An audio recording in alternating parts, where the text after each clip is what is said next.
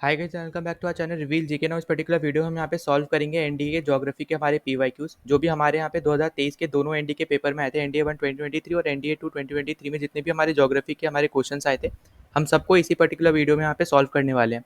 और आपको यहाँ पे ईजी पड़े इसलिए मैं यहाँ पे ग्राफ्स के हेल्प से और यहाँ पे इमेजेस के हेल्प से यहाँ पे आपको बताऊंगा कि किस तरीके से हम यहाँ पे सॉल्व कर सकते हैं। और जो भी हम यहाँ पे ग्राफ्स यूज करेंगे वो आप सबके लिए यहाँ पे इंपॉर्टेंट भी होने वाले हैं, ठीक है। तो यहाँ पे अब शुरू करने से पहले मैं लास्ट में एक चीज़ बोलना चाहूँगा, अगर आप पहली बार चैनल पे आए हो तो प्लीज़ सब्सक्राइब कर देना। साथ ही साथ बेल आइकन दबा देना और जितना ज़्यादा हो सकता है इस वीडियो को शेयर कर देना, क्योंकि आपके एग्जाम पॉइंट ऑफ व्यू से बहुत ज़्यादा इंपॉर्टेंट है ये वीडियो। और यहाँ पे जो भी आपका सजेशन हो या कोई आपको यहाँ पे डाउट आता है तो आप यहाँ पे कमेंट भी कर सकते हो, ठीक है। तो यहाँ पे मैं हर एक को रिप्लाई भी दे देता हूँ। तो चलो वीडियो को शुरू कर लेते हैं। नाउ ये हमारे पास फर्स्ट क्वेश्चन है। तो फर्स्ट क्वेश्चन आपसे यहाँ पे क्या बोल रहा है, ज्योग्राफिकल ग्रिड हैज़, ठीक है। तो यहाँ पे आपको जैसे पता होगा कि यहाँ पे आपकी ज्योग्राफिकल ग्रिड कैसी दिखती है। तो ये कुछ इस तरीके से आपको यहाँ पे दिखते हैं, जिसमें से जो आपको ये वाली लाइंस दिख रही है ना, जो ऐसे जा रही हैं, ठीक है, ये वाली, इनको हम लोग क्या बोलते हैं, इनको हम लोग बोलते हैं लैटिट्यूड्स, ठीक है। तो आपको यहाँ पे पहले तो ये याद रखना है। फिर आपको ये दिख रही होंगी जो नॉर्थ पोल से ऐसे साउथ पोल तक यहाँ पे जा रही है, तो ये वाली लाइंस को हम लोग क्या बोलते हैं, इनको हम लोग बोलते हैं लॉन्गिट्यूड्स, ठीक है। तो यहाँ पे आपको क्लियरली दिख रहा है कि आपका यहाँ पे नॉर्थ से साउथ जाने वाली कौन सी है, लॉन्गिट्यूड से, और लैटिट्यूड है आपकी यहाँ पे ईस्ट से वेस्ट जाने वाली, ठीक है। अब यहाँ पे वापस चलते हैं अपने क्वेश्चन पे। तो देखो क्वेश्चन में आपसे यहाँ पे क्या बोल रखा है, lines that run east to west around the globe marks latitude. तो यहाँ पे अभी मैंने आपको बताया एकदम करेक्ट है। फिर आपसे बोला है lines that run north to south from north pole to south pole indicate longitude, ठीक है। तो ये भी आपकी क्या करेक्ट स्टेटमेंट है। अच्छा, अब यहाँ पे मैं कुछ और चीज़ें बता रहा हूँ, वो भी आपको यहाँ पे याद रखनी है। जैसे 0 डिग्री अगर आपसे पूछता है कि लैटिट्यूड क्या होता है, ठीक है, तो आपका आंसर होगा यहाँ पे वो इक्वेटर होता है, ठीक है। तो इक्वेटर को हम लोग 0 डिग्री, लैटिट्यूड हमारा इक्वेटर, इक्वेटर आपका 0 डिग्री लैटिट्यूड पे आता है, ठीक है। और यहाँ पे आपको याद रखना है कि 0 डिग्री से 90 डिग्री तक होता है। तो जैसे यहाँ पे मान लो ये इक्वेटर है, तो यहाँ पे 0 से 90 डिग्री होगा, ठीक है। फिर यहाँ से 0 से 90 डिग्री होगा, बस फर्क इतना होगा कि यहाँ पे ये नॉर्थ होगा और यहाँ पे ये क्या होगा, साउथ होगा, ठीक है। और इक्वेटर आपका यहाँ पे 0 होता है, मैं आपको ऑलरेडी बता चुका, तो आपको इतनी चीज़ आपको याद रखनी है। दूसरी चीज़ आपको पता होगा इंडियन स्टैंडर्ड टाइम, तो वो हमारा कितना आगे रहता है, हमारा आगे रहता है 5:30 आवर्स, ठीक है। जैसे आपने सुना होगा ग्रीनविच जो आपका यहाँ पे मीडियन है, ठीक है, जो बेसिकली हम रिप्रेजेंट करते हैं 0 डिग्री लॉन्गिट्यूड से, ठीक है, जो किसके थ्रू जाता है, लंदन के थ्रू जाता है। तो जो आपका यहाँ पे ये 0 डिग्री लॉन्गिट्यूड है, तो उससे हमारा जो इंडिया है, ठीक है, इंग्लैंड से हमारा इंडिया ईस्ट की तरफ पड़ता है। और आपको मैंने पहले भी बता रखा है कि 1 डिग्री अगर आप बढ़ते हो तो आपके यहाँ पे 4 मिनट बढ़ते हैं, ठीक है। तो अगर आप यहाँ पे कन्वर्ट करोगे इसको, 5:30 आवर्स हम लोग बेसिकली आगे रहते हैं, जो भी यहाँ पे लंदन में आपका यहाँ पे टाइम रहता है, तो उससे अगर आप कन्वर्ट करोगे तो आपको यहाँ पे 82.5 डिग्री आपका आएगा। या फिर आप इसी को अलग अगर आप लिखना चाहो तो आप ऐसे भी लिख सकते हो, 82 डिग्री और 30 मिनट्स, ठीक है। तो यहाँ पे लिखने का तरीका बस अलग है, पर मतलब दोनों का सेम है। ये 82.5 डिग्री है और ये 82 डिग्री 30 मिनट्स है, ठीक है। तो यहाँ पे इसका मतलब भी 82.5 ही होता है, ठीक है। तो यहाँ पे आपको याद रखना है कि 1 डिग्री अगर आप ईस्ट में जाओगे तो 4 मिनट आप आगे हो, ठीक है, ये चीज़ याद रखना। और हम बात कर रहे हैं ईस्ट की, ठीक है। पर अगर आप यहाँ पे वेस्ट में जाते हो और 1 डिग्री बढ़ते हो, आप 4 मिनट पीछे हो, ठीक है। तो आपको ये चीज़ आपको यहाँ पे याद रखनी है, ठीक है। तो यहाँ पे जो भी मैंने आपको बताया ये सब याद रख लेना, और इसका आंसर आपका यहाँ पे दोनों स्टेटमेंट करेक्ट है, तो आपका आंसर होगा यहाँ पे ऑप्शन सी। नाउ अगले क्वेश्चन पे चलते हैं। तो अगला क्वेश्चन आपसे यहाँ पे पूछ रहा है कि in which one of the following state Roopkund lake is located, ठीक है। तो यहाँ पे आपका आंसर होने वाला है उत्तराखंड। और यहाँ पे आप मैप में भी देख पाओगे तो आपको यहाँ पे इस जगह पे देखने को मिलती है रूपकुंड लेक, और आपको इस तरीके की कुछ आपकी यहाँ पे ये लेक है, ठीक है। अब देखो यहाँ पे जो मैंने आपको ये फोटो दिखाई है, इससे आप एक चीज़ देख पा रहे होगे कि ये आपकी एक टाइप की क्या है, ग्लेशियर लेक है, ठीक है। तो ये तो इंपॉर्टेंट चीज़ है, आप ये ज़रूर याद रख लेना। और ये अराउंड 5,000 मीटर के आसपास पे यहाँ पे आपको देखने को मिलती है, ठीक है।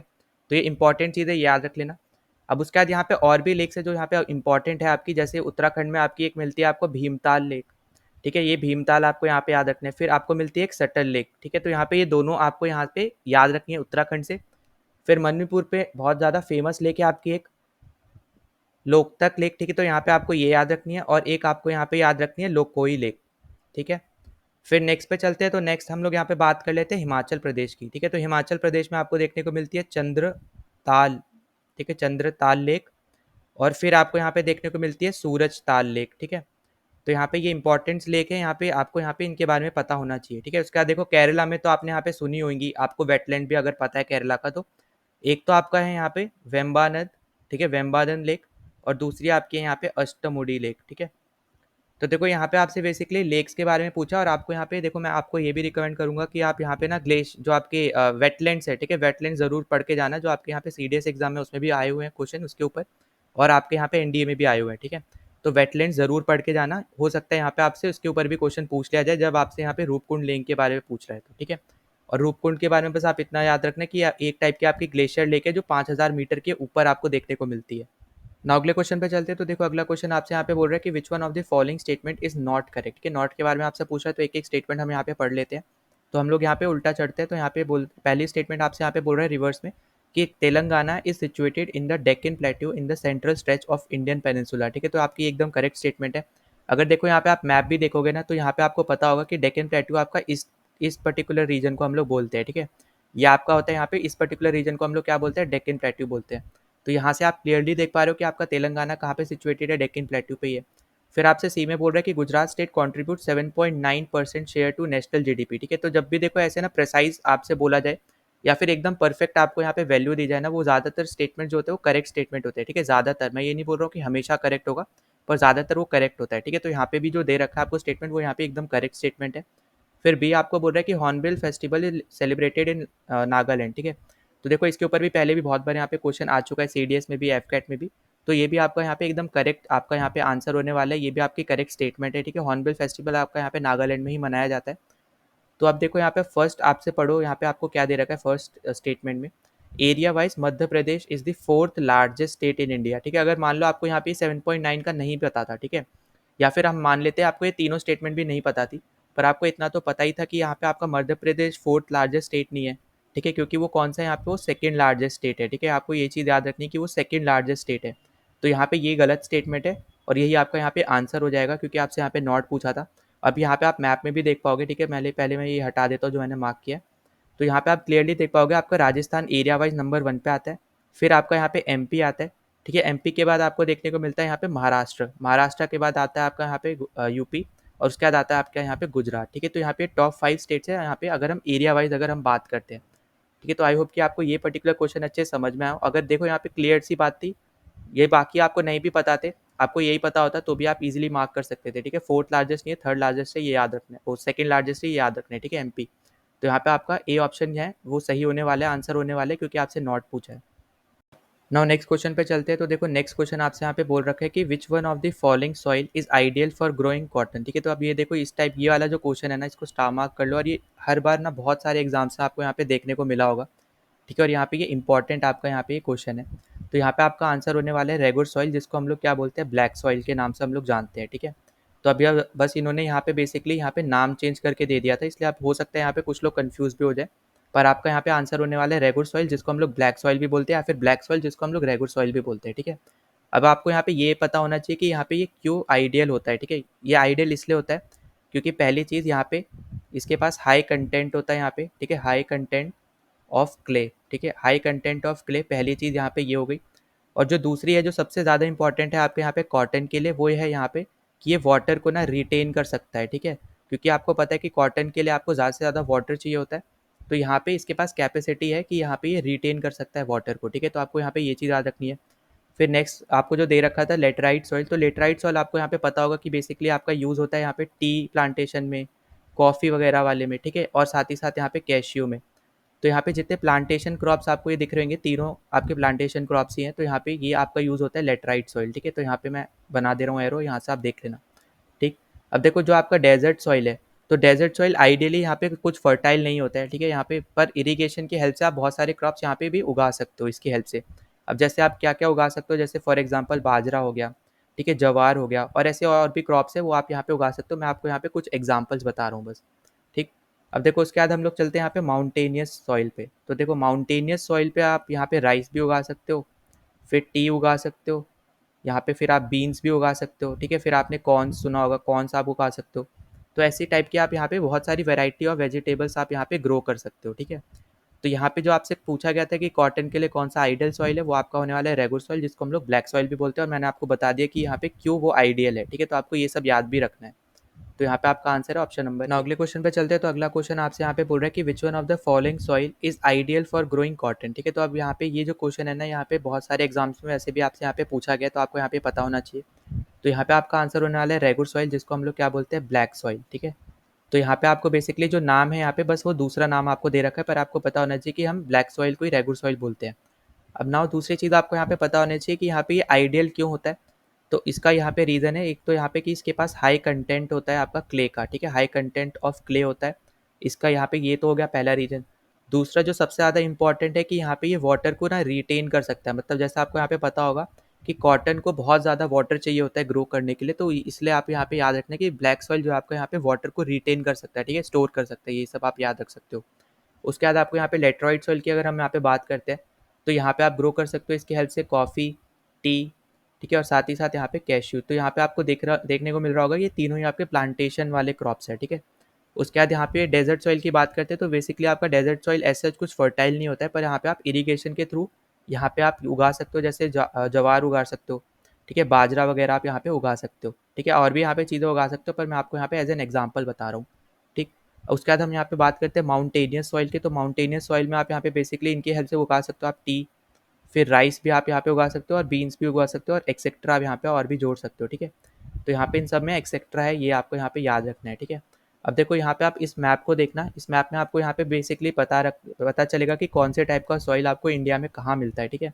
अब जैसे आपको यहाँ पे डेक्कन प्लेटू वाला हिस्सा दिख रहा होगा, आपको यहाँ पे ब्लैक सॉइल देखने को मिल रहा है, फिर लेटराइट सॉइल आपको यहाँ पे वेस्टर्न कोस्ट पे देखने को मिल रहा है, ठीक है, एरिड आपको यहाँ पे डेजर्ट में देखने को मिलेगा, फिर फॉरेस्ट एंड माउंटेनियस आपको हिमालयन वाले रीजन में देखने को मिल रहा होगा, और एलुवियल जो सबसे ज़्यादा आपका फर्टाइल होता है वो गंगेटिक प्लेन्स जो आपके हो गए, या फिर ब्रह्मपुत्र वाला थोड़ा सा रीजन जो है वहाँ पे आपको देखने को मिलेगा, और बाकी जो बचा हुआ रीजन है आपको वहाँ पे रेड और येलो टाइप का सॉइल देखने को मिलेगा, ठीक है। तो जो सॉइल का चैप्टर है आपके लिए, चाहे आप यहाँ पे एनडीए के लिए कर रहे हो या फिर सीडीएस के लिए, आपके लिए मस्ट चैप्टर है, और इसको आप स्टार मार्क कर लो, इससे क्वेश्चन आते आते हैं, ठीक है। तो यहाँ पे आपका आंसर क्या होगा इस पर्टिकुलर क्वेश्चन का, आपका था यहाँ पे रेगुर सॉइल, ठीक है। इस क्वेश्चन को यहाँ पे डिस्कस करने से पहले अगर आपने अभी तक चैनल को सब्सक्राइब नहीं किया तो प्लीज़ सब्सक्राइब कर देना, अगर वीडियो अच्छी लग रही है तो लाइक भी कर देना और सब्सक्राइब जरूर कर देना, ठीक है।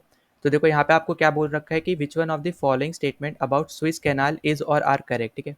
तो यहाँ पे देखो अगर आपको नहीं पता है कि स्विस कैनाल कहाँ पे आपको यहाँ पे देखने को मिलता है, तो यहाँ पे पहले मैं आपको वो मैप के थ्रू यहाँ पे दिखा देता हूँ। तो देखो स्विस कैनाल आपको यहाँ पे देखने को मिलता है, जो आपको पता होगा अफ्रीका और आपका जो यहाँ पे मिडिल ईस्ट है, ठीक है, उसके बीच में आपकी यहाँ पे एक ये आपकी लेक है, लेक बोल रहा हूँ, सी है आपकी यहाँ पे रेड सी, ठीक है। तो रेड सी और यहाँ पे आपको देखने को मिलती है ऊपर की तरफ मेडिटेरियन सी। तो यहाँ पे जो आपका स्विस कैनाल है बेसिकली आपका यहाँ पे मेडिटेरियन और रेड सी को यहाँ पे कनेक्ट करता है, ठीक है, ये चीज़ आपको यहाँ पे याद रखनी है।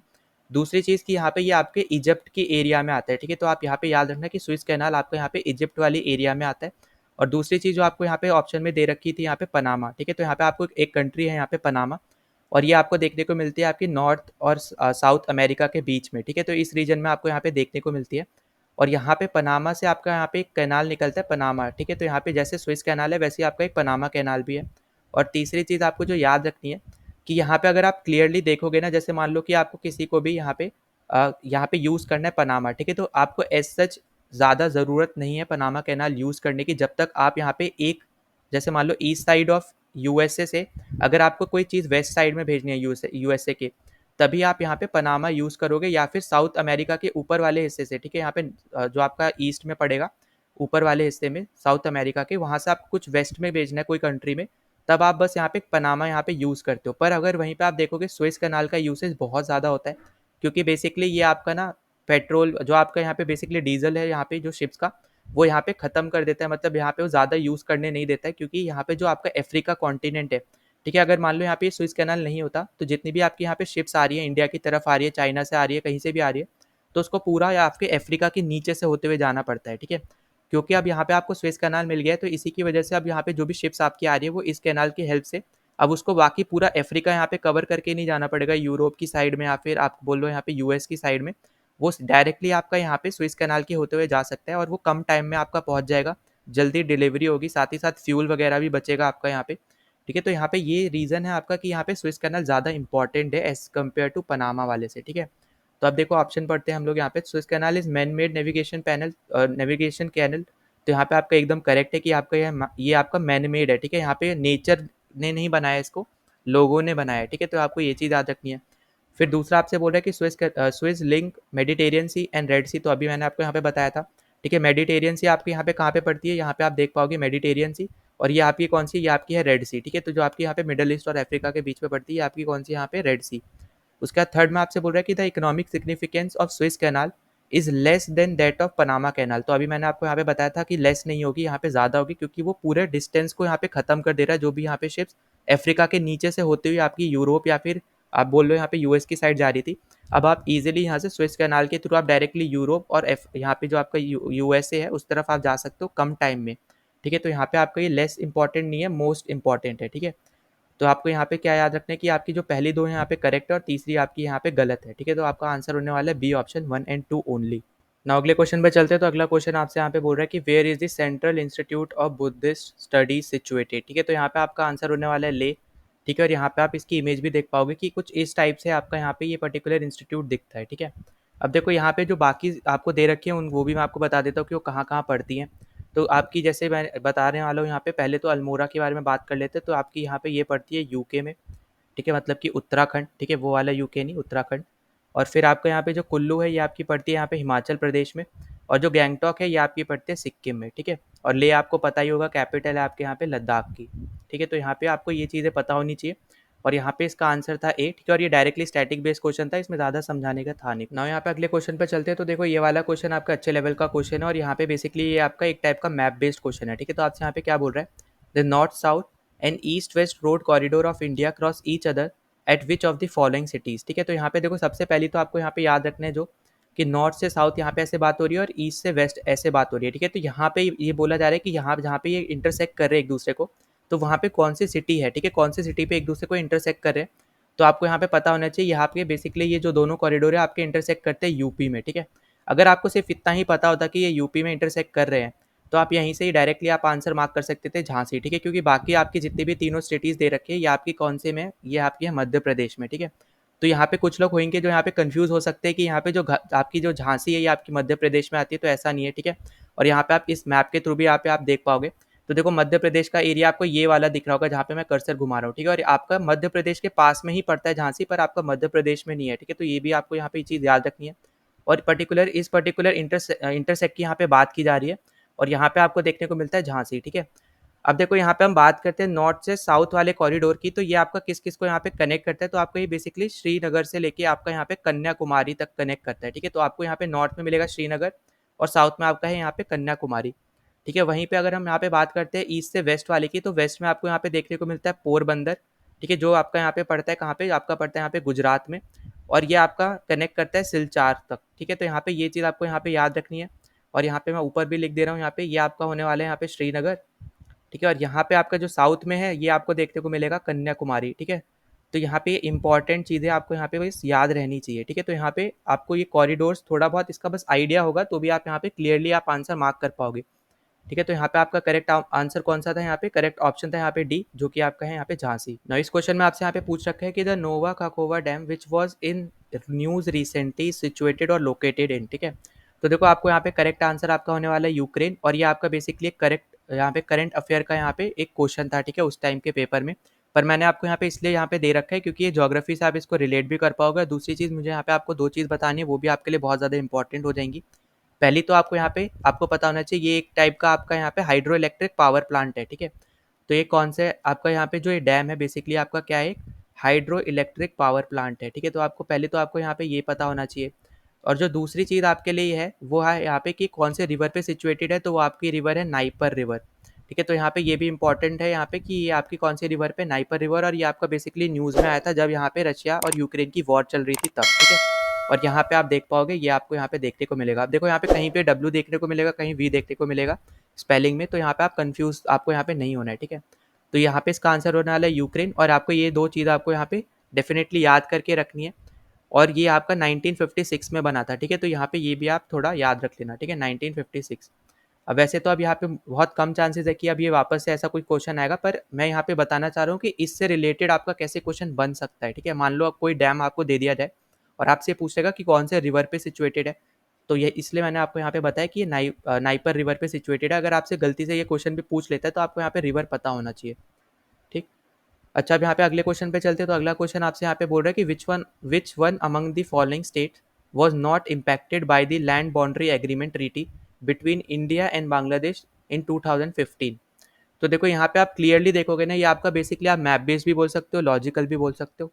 ठीक है, मैप बेस यहाँ पे क्यों है, क्योंकि अगर आपको यही पता है कि यहाँ पे कौन कौन सी स्टेट्स आपकी यहाँ पे बांग्लादेश के साथ बाउंड्री शेयर करती है, तो आप यहाँ पे इजीली आंसर मार्क कर सकते हो। ठीक है, जैसे आपकी यहाँ पे वेस्ट बंगाल करती है, असम करती है और त्रिपुरा भी करती है, पर आपकी यहाँ पे अरुणाचल प्रदेश नहीं करती है, ठीक है। तो यही आपका यहाँ पे आंसर होने वाला है, क्योंकि यहाँ पे अगर इंडिया और बांग्लादेश के बीच में कोई लैंड की बाउंड्री के अगेंस्ट यहाँ पे कोई पर्टिकुलर बोल सकते हो आप एग्रीमेंट भी हो रहा है, तो आपकी अरुणाचल प्रदेश तो बांग्लादेश से दूरी है, तो उसको कोई फर्क पड़ेगा नहीं, ठीक है। उसको कब फर्क पड़ेगा, जब यहाँ पे कोई चाइना के साथ कुछ होता है तो, ठीक है।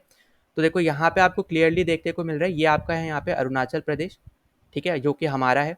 और यहाँ पे आपको देखने को मिलेगा, यहाँ पे आपको वेस्ट बंगाल, ठीक है, ये आपका वेस्ट बंगाल है, ठीक है। ये आपको दिखेगा त्रिपुरा, ये रहा आपका यहाँ पे मिजोरम, ठीक है, जो भी यहाँ पे बांग्लादेश के साथ भी यहाँ पे कनेक्ट करता है और यहाँ पे म्यांमार के साथ भी कनेक्ट करता है। ये भी क्वेश्चन पहले भी पूछ चुका है कि यहाँ पे कौन सी स्टेट आपकी बांग्लादेश और म्यांमार दोनों के साथ बाउंड्री शेयर करती है, ठीक है। तो ये आपका होने वाला है वहाँ पे मिजोरम, और यहाँ पे आप देखोगे असम भी आपका यहाँ पे कर रहा है, ठीक है। तो इसलिए यहाँ पे ये इंपॉर्टेंट हो जाता है। और यहाँ पे देखोगे आप मेघालय भी है, ठीक है। तो यहाँ पे ये सब आपको यहाँ पे याद रखने हैं। और दूसरी चीज़ जो यहाँ पे इंपॉर्टेंट है वो आपकी है कि इंडिया और बांग्लादेश, ठीक है। आप ऐसे समझ लो कि इंडिया जिस जिस कंट्री के साथ इंटरनेशनल बॉर्डर शेयर करता है, उसमें सबसे बड़ा आप बोल सकते हो जो बॉर्डर शेयर कर रहा है वो यहाँ पे बांग्लादेश के साथ करता है, ठीक है। तो आपको यहाँ पे याद रखना है कि लॉन्गेस्ट आपका जो बॉर्डर शेयर है, कि लॉन्गेस्ट जो बॉर्डर है आपका इंडिया का जो यहाँ पे शेयर कर रहा है किसी भी इंटरनेशनल कंट्री के साथ, वो आपका यहाँ पे होने वाला है बांग्लादेश के साथ ही। और ये यहाँ पे ये 4000 किलोमीटर से भी ज़्यादा है, ठीक है। तो यहाँ पे ये चीज़ आपको यहाँ पे याद रखनी है, ठीक। तो यहाँ पे हमने ये दो क्वेश्चन अच्छे से हमने यहाँ पे डिस्कस किया, और यहाँ पे इस पर्टिकुलर क्वेश्चन का आपका आंसर था यहाँ पे अरुणाचल प्रदेश। चलते हैं अगले क्वेश्चन पे। तो देखो यहाँ पे आपसे पूछ रखा है, the 480 megawatt Phukot Karnali hydro electric project is situated in which country, ठीक है। क्योंकि यहाँ पे आपसे कंट्री बोल रहा है यहाँ पे बताने के लिए, ठीक है। तो यहाँ पे आपका आंसर होने वाला है यहाँ पे नेपाल। और आपको रिवर भी आपको यहाँ पे दे ही रखा है, उसके नाम में ही आपके यहाँ पे रिवर है, जो कि आपकी है यहाँ पे करनाली रिवर, ठीक है। तो ये आपको यहाँ पे याद रखना है। और ये बेसिकली आपका ये भी करंट अफेयर से रिलेटेड ही आपका यहाँ पे क्वेश्चन है, जो कि आपका ये पर्टिकुलर जो आपका प्रोजेक्ट है ये किसने बनाया है, ये आपका यहाँ पे बनाया है एनएचपीसी ने, जो एक इंडिया की मिनी रत्ना कंपनी है, या आप बोल सकते हो ऑर्गेनाइजेशन है, ठीक है। तो ये जो आपके मिनी रत्ना है ये सब आपको यहाँ पे याद रहने चाहिए, ठीक है, क्योंकि ये इंपॉर्टेंट हो जाते हैं। और खासकर वो लोग जो अभी अभी लेटेस्ट आपकी यहाँ मान सकते हो कि यहाँ पे जो उनकी कैटेगरी चेंज हुई है वो वाले आपको यहाँ पे याद होने चाहिए, ठीक है। तो देखो ये आपकी एक पीएसयू कंपनी है जो मैंने आपको यहाँ पे बताया, जो कि एक मिनी रत्ना है, ठीक है। एनएचपीसी जो इंडिया की कंपनी है, उसने ये पर्टिकुलर प्रोजेक्ट आपका यहाँ पे नेपाल में बनाया करनाली रिवर पर, जिसका नाम क्या है यहाँ पे Phukot Karnali hydro electric project. तो यहाँ पे आपका करेक्ट ऑप्शन है यहाँ पे सी ऑप्शन। अगले क्वेश्चन पे चलते हैं। तो अगला क्वेश्चन में आपसे पूछ रहा है कि which one of the following is an organic soil, ठीक है। तो यहाँ पे आपको बेसिकली क्या दे रखे हैं, टाइप्स ऑफ सॉइल दे रखे हैं, ठीक है, या फिर आप बोल सकते हो सॉइल के टाइप्स दे रखे हैं, ठीक है। यहाँ पे किसी भी तरीके से आप यहाँ पे बोल लो। अभी आपसे आपसे पूछा है कि कौन से टाइप के सॉइल में आपका ऑर्गेनिक सॉइल मतलब ऑर्गेनिक कंपाउंड सबसे ज़्यादा होता है, ठीक है। तो यहाँ पे आपका जो आंसर है ये मैं आपको ऑलरेडी सीडीएस के वीडियोज़ में भी बता चुका हूँ। यहाँ पे आपका आंसर होने वाला है हिस्टोसॉल। और इसलिए मैं आपको यहाँ पे बोलता हूँ कि जो सीडीएस और एनडीए है वहाँ पे क्वेश्चंस आप बोल सकते हो यहाँ पे मैच करते हैं, ठीक है, क्योंकि यहाँ पे टॉपिक यहाँ पे मैच करते हैं। हाँ, यहाँ पे जो एनडीए है यहाँ पे उसके जो लेवल ऑफ क्वेश्चंस रहेंगे ना, जो आपका लेवल पूछा जाएगा यहाँ पे बेसिकली आपका साइंस से रिलेटेड, वो यहाँ पे डिफरेंट रहता है, वो यहाँ पे मैं मान रहा हूँ। पर अगर हम यहाँ पे ज्योग्राफी और इन सब में बात करते हैं ना, तो आपके यहाँ पे क्वेश्चन मैच करते हैं, ठीक है। इसलिए मैं बोलता हूँ कि भले आप यहाँ पे एनडीए की भी तैयारी कर रहे हो, आप सीडीएस के भी पीवाईक्यूज लगाओ। और वही सेम चीज़ आप अगर सीडीएस की तैयारी कर रहे हो तो आप यहाँ पे सीएपीएफ और सेम टू सेम यहाँ पे एनडीए के भी आप यहाँ पे क्वेश्चंस लगाओ, ठीक है। तो यहाँ पे अब हम बात कर लेते हैं। तो यहाँ पे देखो सबसे पहले तो आपको पता चल गया कि यहाँ पे हिस्टोसोल्स वो होते हैं जिनके अंदर ऑर्गेनिक सॉइल होता है। मतलब ये आपका एक टाइप का ऑर्गेनिक सॉइल होते हैं जिसके अंदर ऑर्गेनिक कंपाउंड होता है, ठीक है। अब उसके बाद दूसरी चीज़ आपको यहाँ पे पता होनी चाहिए, जो आपके ये एरिड सोल्स है, ठीक है। तो ये आपके होते हैं डेजर्ट सॉइल, ठीक है। ये आपको यहाँ पे याद रखना है कि आपके क्या होते हैं, डेजर्ट सॉइल होते हैं, ठीक। और उसके बाद आपको यहाँ पे ऑक्सी सॉइल दे रखा है बेसिकली। तो ऑक्सी सॉइल आपके क्या होते हैं, जो आपको यहाँ पे मिलते हैं एक पर्टिकुलर हॉट और ह्यूमिड क्लाइमेट में, ठीक है। ये आपको कहाँ देखने को मिलते हैं, हॉट एंड ह्यूमिड क्लाइमेट में आपको यहाँ पे देखने को मिलते हैं, ठीक है। पहली चीज़ तो आपको यहाँ पे ये याद रखनी है। फिर दूसरी चीज़ आपको यहाँ पे याद रखनी है कि ये आपके एक टाइप के आप बोल सकते हो यहाँ पे लेटराइट सॉइल, जो आपने यहाँ पे सुन रखा होगा, ठीक है। तो यहाँ पे ये भी इस पर्टिकुलर जो सॉइल है आपका ये ऑक्सी सॉइल में ही आता है, ठीक है। लेटराइट सॉइल आपका किस में आता है, ये आपका ऑक्सी सॉइल में ही आता है, ठीक है। तो यहाँ पे आपको ये याद रखना है। फिर उसके बाद अगर हम बात करते हैं वर्टिसोल्स की, तो वर्टिसोल्स आपके यहाँ पे क्या होते हैं, देखो वर्टिसोल्स आपके होते हैं क्ले से रिलेटेड, ठीक है। मतलब कि यहाँ पे क्ले अगर वर्ड आ रहा है तो इसका मतलब क्या हो गया, यहाँ पे ये होता है एक टाइप का ब्लैक सॉइल, ठीक है।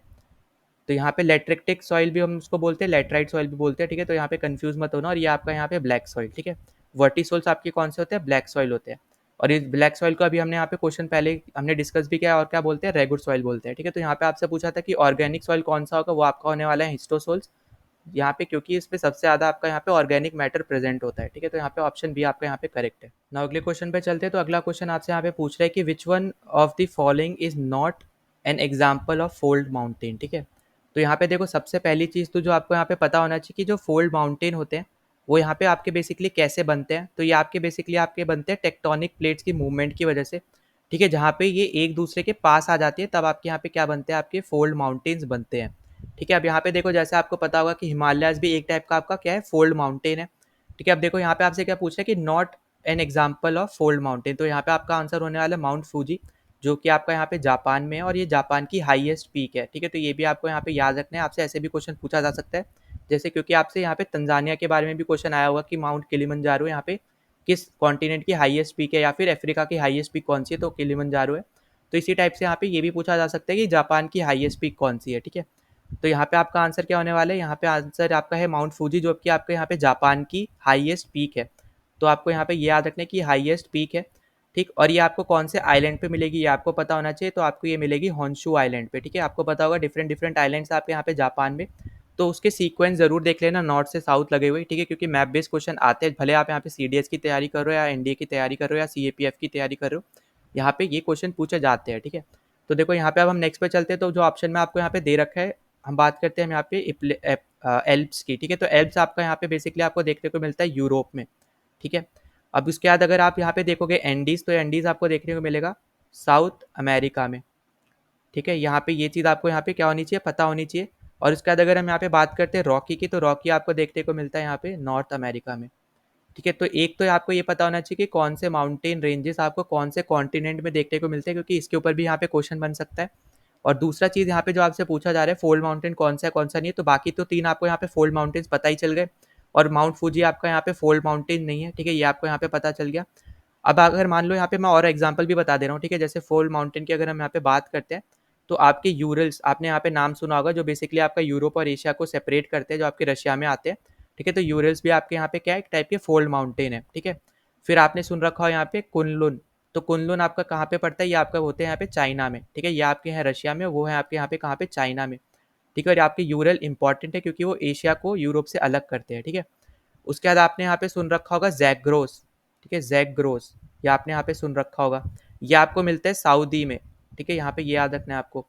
फिर आपने एक सुन रखा होगा एटलस, तो एटलस आपको मिलते हैं अफ्रीका में, ठीक है। तो यहाँ पे ये कुछ इंपॉर्टेंट और हैं यहाँ पे जो आपको यहाँ पे पता होने चाहिए ना। उसके बाद यहाँ पे अगर हम बात करते हैं, आपका जो यहाँ पे ब्लॉक माउंटेन्स होते हैं, एक तो आपके होते हैं फोल्ड माउंटेन, जिसमें आपकी जो प्लेट्स है वो एक दूसरे के पास आती है तब आपके माउंटेन बनते हैं। और एक आपके होते हैं यहाँ पे ब्लॉक माउंटेन, जिसमें प्लेट्स क्या होती है, वो दूर जाती है, ठीक है। तो यहाँ पे बेसिकली आपका यहाँ पे कौन सी मूवमेंट होती है, डाइवर्जेंट मूवमेंट होती है। तो उससे आपके यहाँ पे कौन से बनते हैं, वो आपके यहाँ पे बनते हैं ब्लॉक माउंटेन्स, ठीक है। तो यहाँ पे ये चीज़ आपको यहाँ पे याद रखनी है। तो यहाँ पे आपके कौन कौन से आपके ब्लॉक माउंटेन्स और होते हैं, तो यहाँ पे मतलब शुरू से हम बता रहा हूँ मैं आपको। तो देखो, सबसे पहले तो आपने यहाँ पे सुन रखा होगा, जो आपके यहाँ पे अमेरिका में पड़ता है, जो है यहाँ पे सेरा नवेडा, ठीक है। यहाँ पे आपने सुन रखा होगा। फिर दूसरा आपका है यहाँ पे राइन वैली, ठीक है। तो राइन वैली आपका यहाँ पे पड़ता है जर्मनी में, ठीक।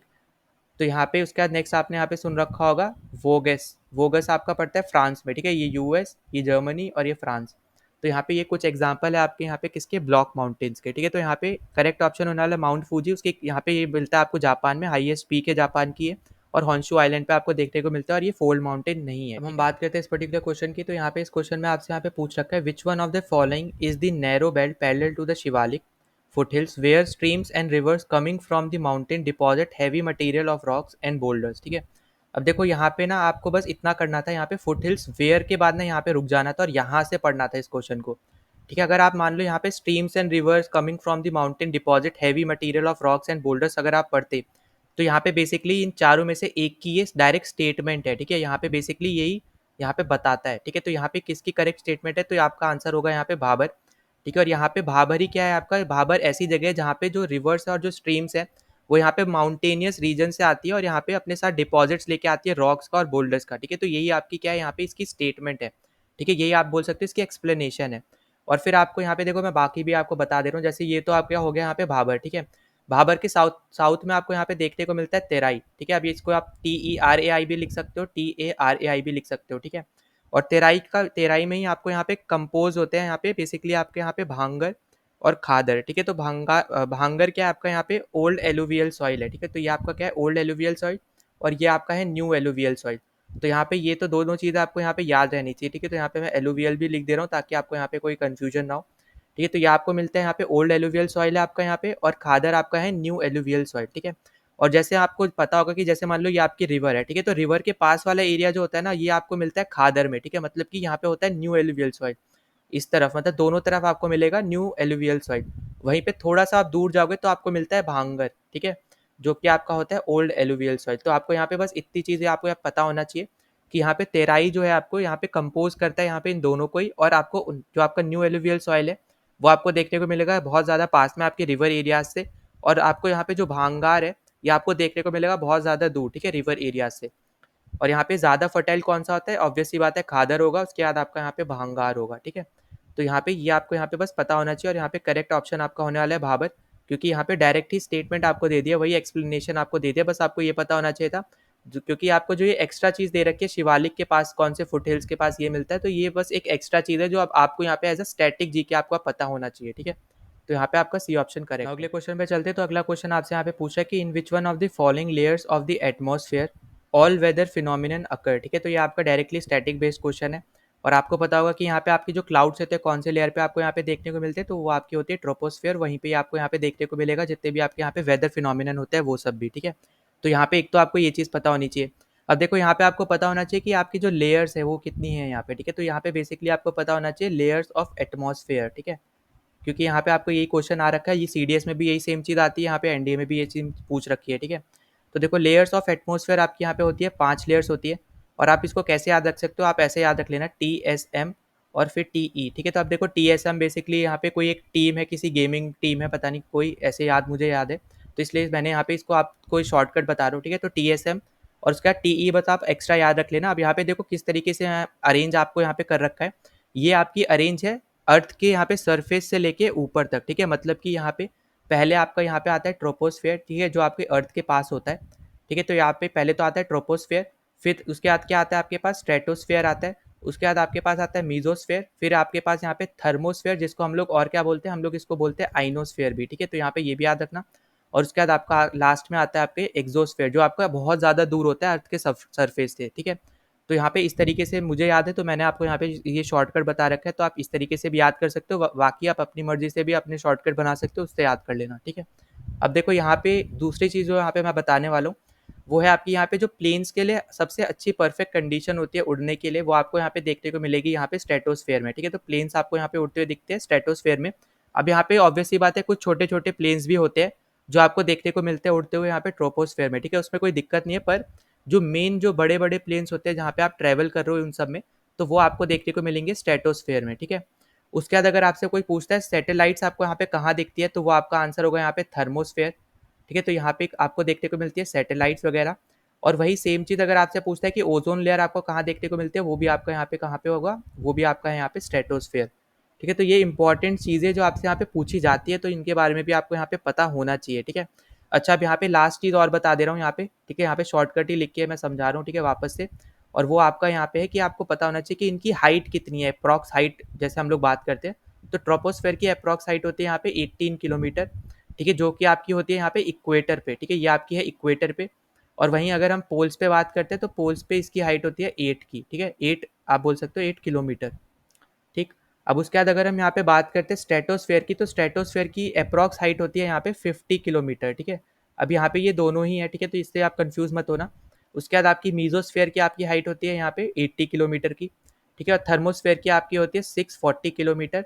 और लास्ट है आपके पास एक्सोस्फेयर जो जिसकी हाइट होती है यहाँ पे 690 किलोमीटर, ठीक है। तो यहाँ पे सब इंपॉर्टेंट चीज़ें हैं जो मैंने आपको यहाँ पे बताई हैं, सब अच्छे से याद कर लेना, बहुत ज़्यादा इंपॉर्टेंट है। और लास्ट में आपको यहाँ पे बता दे रहा हूँ एक और चीज़ कि आपको जो एक्सोस्फेयर होता है वहाँ पे आपको देखने को मिलती है नियॉन नाइट्रोजन देखने को मिलती है, हीलियम देखने को मिलती है, आर्गन देखने को मिलती है, और ऑक्सीजन देखने को मिलती है, ठीक है। ये सब आपको यहाँ पे देखने को मिलती है, ये पर्टिकुलर जो आपके यहाँ पे गैसेज है वगैरह, ठीक है। और जो आपका यहाँ पे थर्मोस्फेयर होता है, तो वहाँ पे जो आपके पार्टिकल्स होते हैं ना, वो आपके यहाँ पे एब्जॉर्व कर लेते हैं एक्स रेज को, और यहाँ पे साथ ही साथ जो यूवी रेज आपके आती है सन से, ठीक है, उन सबको यहाँ पे वो एब्जॉर्ब कर लेते हैं। तो यहाँ पे मैंने बहुत सारी एक्स्ट्रा चीज़ें आपको यहाँ पे बता रहा हूँ, ये सब याद रखना। और साथ ही साथ यहाँ पे जो मेजो स्पेयर है वहाँ पे आपका एक मेजोपॉज होता है, ठीक है।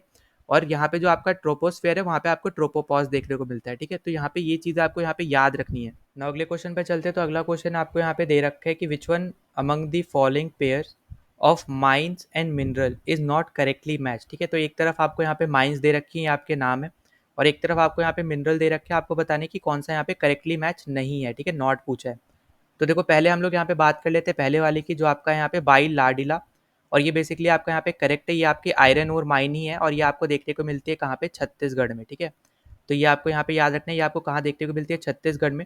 अगर आपसे यहाँ पे पूछता है कि इंडिया में हाईएस्ट आयरन और आपको कौन सी स्टेट में देखने को मिलता है, तो आपका आंसर होगा यहाँ पे उड़ीसा, ठीक है। उड़ीसा आपका हाईएस्ट प्रोड्यूसर है इसका। उसके बाद अगर मान लो आपसे यहाँ पे सेकंड में आपसे जैसे बोला जा रहा है जवार, ठीक है, तो जवार में यहाँ पे बेसिकली ये भी आपका करेक्ट है, जिंक ही मिलता है, और ये आपको देखने को मिलता है राजस्थान में, ठीक है। और आपसे अगर पूछता है हाईएस्ट यहाँ पे कौन प्रोड्यूसर है इसका, तो वो भी आपका कौन सा यहाँ पे राजस्थानी है, ठीक है।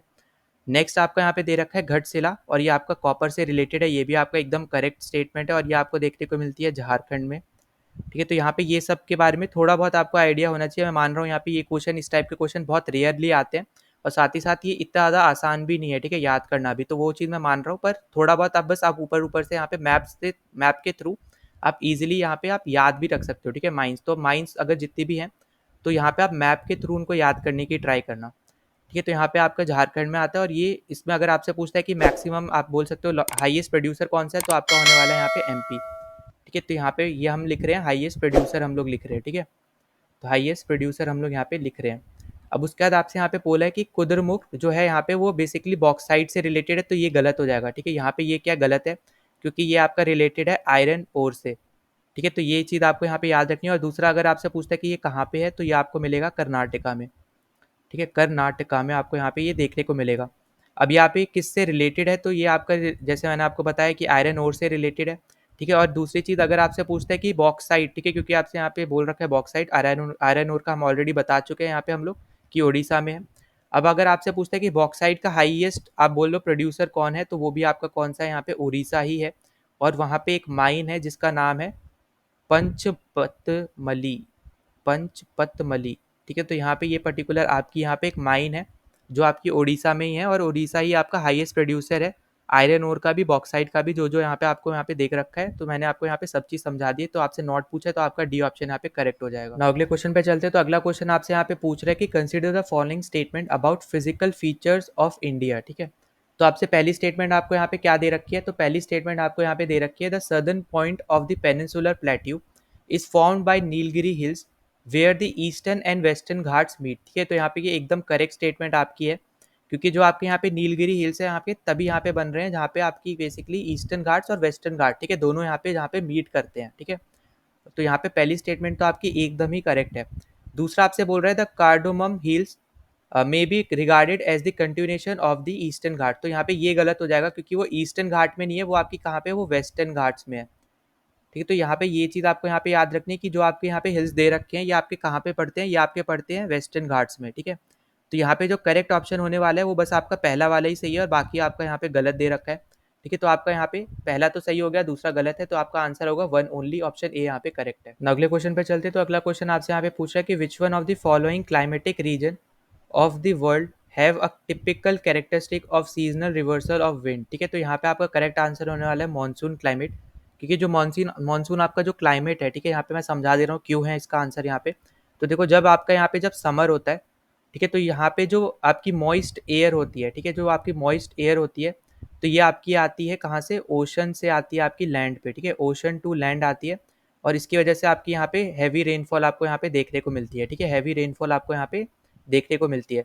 वहीं सेम आप जब यहाँ पे विंटर की बात आती है, तो विंटर में यहाँ पे जो आपकी एयर है वो आपकी जाती है लैंड टू ओशन, ठीक है। तो यहाँ पे इसलिए यहाँ पे क्या बोला जा रहा है, बेसिकली आपकी जो कैरेक्टरिस्टिक है कि सीजनल रिवर्सल ऑफ विंड हो जा रही है, ठीक है। यहाँ पे रिवर्स पोजीशन मतलब बोल लो आपकी रिवर्स हो जा रही है, ठीक है, सिचुएशन यहाँ पे आपकी रिवर्स हो जा रही है विंड्स की, कि यहाँ पे पहले वो ओशन से लैंड आ रही थी, अब लैंड टू ओशन जा रही है, ठीक है। फिर उसके बाद देखो अब बाकी आपको मैं थोड़ा थोड़ा बता दे रहा हूँ जो भी आपको यहाँ पे ऑप्शन में दे रखे हैं।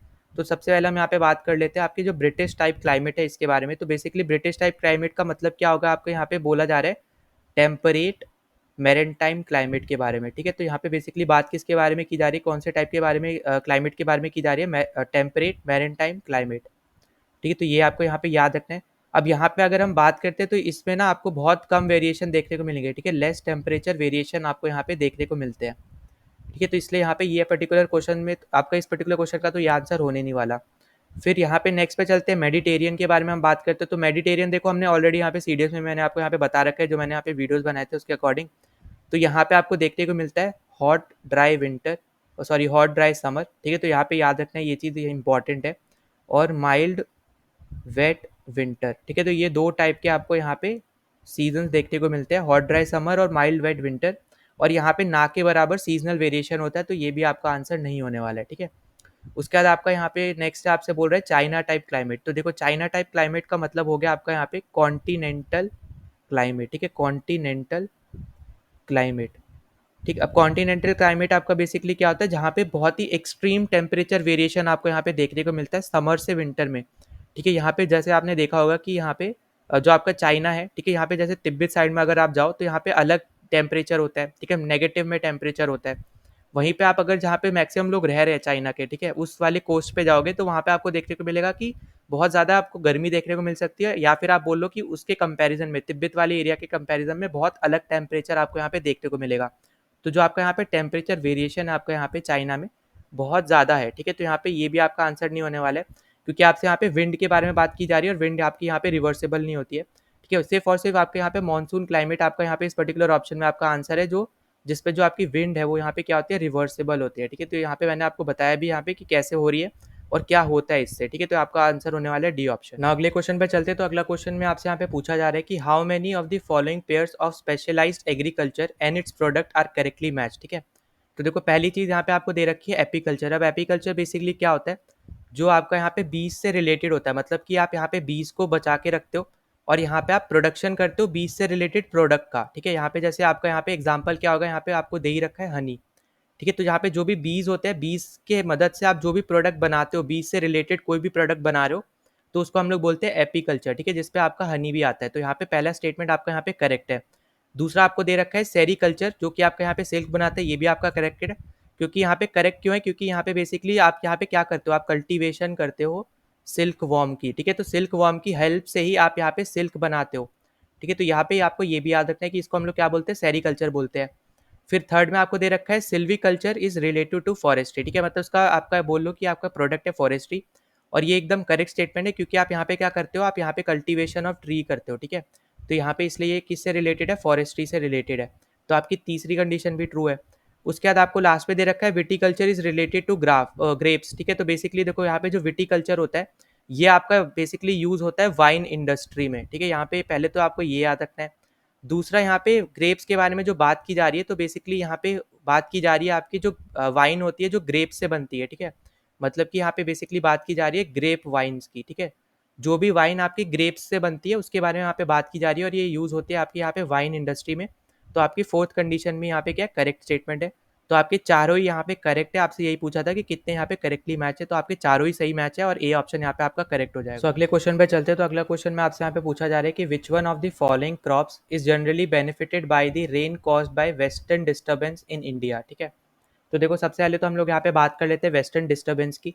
तो ये आपके बेसिकली ओरिजिनेट कहाँ होते हैं, ये आपके ओरिजिनेट होते हैं मेडिटेरेनियन में, ठीक है। तो यहाँ पे कहाँ ओरिजिनेट होते हैं, ये आपके ओरिजिनेट होते हैं मेडिटेरेनियन सी में, ठीक है। तो यहाँ पे चलो पहले मैं लिख देता हूँ, ठीक है। तो यहाँ पे आपके कहाँ होते हैं, मेडिटेरेनियन सी में आपके यहाँ पे ये पर्टिकुलर डिस्टर्बेंस आपके यहाँ पे लोकेट होते हैं। उसके बाद ये यहाँ पे आते हैं इंडिया में, ठीक है। और इन्हीं की वजह से आपकी यहाँ पे रेनफॉल होती है, आपके जो आपका हरियाणा वाला रीजन है वहाँ आपको रेनफॉल दिखेगी, ठीक है। फिर आपका हिमाचल प्रदेश है, JNK है, ठीक है। साथ ही साथ आपका यहाँ पे उत्तराखंड हो गया, पंजाब हो गया, ठीक है। इस रीजन में आपको यहाँ पे रेनफॉल दिखती है, ठीक है। इन्हीं की वजह से आपको कहाँ दिखती, क्या दिखती है, रेनफॉल दिखती है। और कौन से सीजन में देखने को मिलती है, तो विंटर सीजन में आपको यहाँ पे देखने को मिलती है, ठीक है। ये चीज़ आपको यहाँ पे पता चल गई। अब ना यहाँ पे आपको विंटर सीजन में अगर देखने को मिल रही है, तो मतलब सीधी सी बात है, आपको यहाँ पे राबी क्रॉप्स के ग्रोथ के लिए बहुत ज़्यादा इंपॉर्टेंट आपके यहाँ पे ये डिस्टर्बेंस हुए, ठीक है। राबी क्रॉप की ग्रोथ के लिए आपके ये क्या हुए, बहुत ज़्यादा इंपॉर्टेंट हुए, क्योंकि जो आपकी रेनफॉल हो रही है वो विंटर में हो रही है, ठीक है। इसलिए याद रखना आपके यहाँ पे राबी क्रॉप जो होगी, यहाँ पे इनमें से जो भी आपकी राबी क्रॉप है वही आपका यहाँ पे आंसर होगा, और वो आपका आंसर है यहाँ पे वीट, ठीक है। क्योंकि वीट आपकी क्या है, एक राबी क्रॉप है। अब वीट के अलावा कौन कौन सी आपके यहाँ पे देखो, जैसे बार्ले हो गई, ठीक है। फिर आपने यहाँ पे पीस सुना होगा, फिर मस्टर्ड है, ठीक है, मस्टर्ड, ठीक है, ये सब आपकी क्या है, ये सब आपकी यहाँ पे राबी क्रॉप्स है। और जो आपको यहाँ पे कॉटन, बाजरा, राइस दे रखे हैं, ये सब आपकी क्या है, खारिफ क्रॉप है। ठीक है, तो आपको जैसे पता होगा यहाँ पे खारिफ क्रॉप को हम लोग क्या बोलते हैं, समर क्रॉप्स बोलते हैं, राबी क्रॉप को हम लोग विंटर क्रॉप्स बोलते हैं। ठीक है, तो इससे आप यहाँ पे कंफ्यूज मत होना, ये आपकी है खारिफ क्रॉप। ठीक है, खारिफ क्रॉप आपकी जो बाकी तीन थी वो सब है। ठीक है, तो इसलिए आपको यहाँ से कंफ्यूज नहीं होना है। ठीक है, यहाँ पे आपका आंसर क्या हो जाएगा, यहाँ पे आंसर हो जाएगा आपका वीट। और यहाँ पे मैंने रीजन भी बता दिया है कि यहाँ पे क्यों आपका यहाँ पे वीट आपका आंसर है। ठीक है, अब नेक्स्ट पे चलते हैं। तो नेक्स्ट आपसे यहाँ पे बोल रहा है कि which one of the following statement is not correct. ठीक है, नॉट आपसे पूछा जा रहा है। तो पहला आपको बोल रहा है कि Bokaro steel plant is located in Damodar river basin, तो ये आपका एकदम करेक्ट स्टेटमेंट है। दूसरा आपका यहाँ पे बोल रहा है कि Jamshedpur steel plant is located on the confluence of Damodar and Barakar, तो ये आपका यहाँ पे गलत हो जाएगा। ठीक, तो यहाँ पे अगर इसका बारे में हम लोग यहाँ पे बात करते हैं, तो जो आपको जमशेदपुर देखने को मिलता है, ये आपको देखने को मिलता है सुबार नरेखा। ठीक है, सुबार नरेखा एंड खार खाई। ठीक है, खार खाई रिवर पे आपको यहाँ पे इन दोनों के कॉन्फ्लुएंस पे बेसिकली आपको देखने को मिलता है। ठीक है, उसके बाद आपको दे रखा है कि Salem steel plant is located on the bank of Kaveri river, ये भी एकदम करेक्ट है। और Bhilai steel plant obtain water from Tandula reservoir, तो बेसिकली यहाँ पे ये एक टाइप का आपका यहाँ पे डैम है। ठीक है, ये आपको यहाँ पे याद रखना है। और यहाँ पे इस पे कौन सी यहाँ पे रिवर है, तो यहाँ पे इस कौन से रिवर पे, तो ये आपकी यहाँ पे सूखा नाला और टंडोला। ठीक है, ये यहाँ पे बेसिकली ये दोनों आपकी यहाँ पे रिवर है जिसपे भिलाई आपका जो यहाँ पे ये पर्टिकुलर स्टील प्लांट है ये आपका लोकेटेड है। ठीक है, अब देखो यहाँ पे मैं कुछ एक्स्ट्रा चीज़ बता रहा हूँ, ये आपको यहाँ पे याद रखनी है। तो देखो पहली चीज़ जो आपको यहाँ पे याद रखनी है वो है आपके यहाँ पे भिलाई के बारे में। तो देखो भिलाई आपका जो है ये आपका बेसिकली इंडिया में बनाया था रशिया की हेल्प से। ठीक है, इंडिया में बना है रशिया की हेल्प से 1959 में। ठीक है, मैं यहाँ पे इंपॉर्टेंट बता रहा हूँ, याद रखना है। उसके बाद दूसरा आपका है यहाँ पे रौकेला, जो कि आपका यहाँ पे उड़ीसा में देखने को मिलेगा, ये आपका है छत्तीसगढ़ में। ठीक है, CH अगर मैंने लिखा है छत्तीसगढ़, ये आपका है यहाँ पे बेसिकली उड़ीसा। ठीक है, OD लिख रहा हूँ उड़ीसा। और ये आपका बना है, ये भी 1959 में ही बना है। और ये आपका यहाँ पे जर्मनी ने हेल्प की थी यहाँ पे इंडिया की, ठीक है, इसको बनाने में। फिर उसका नेक्स्ट पे चलते हैं, तो नेक्स्ट आपका यहाँ पे दुर्गापुर।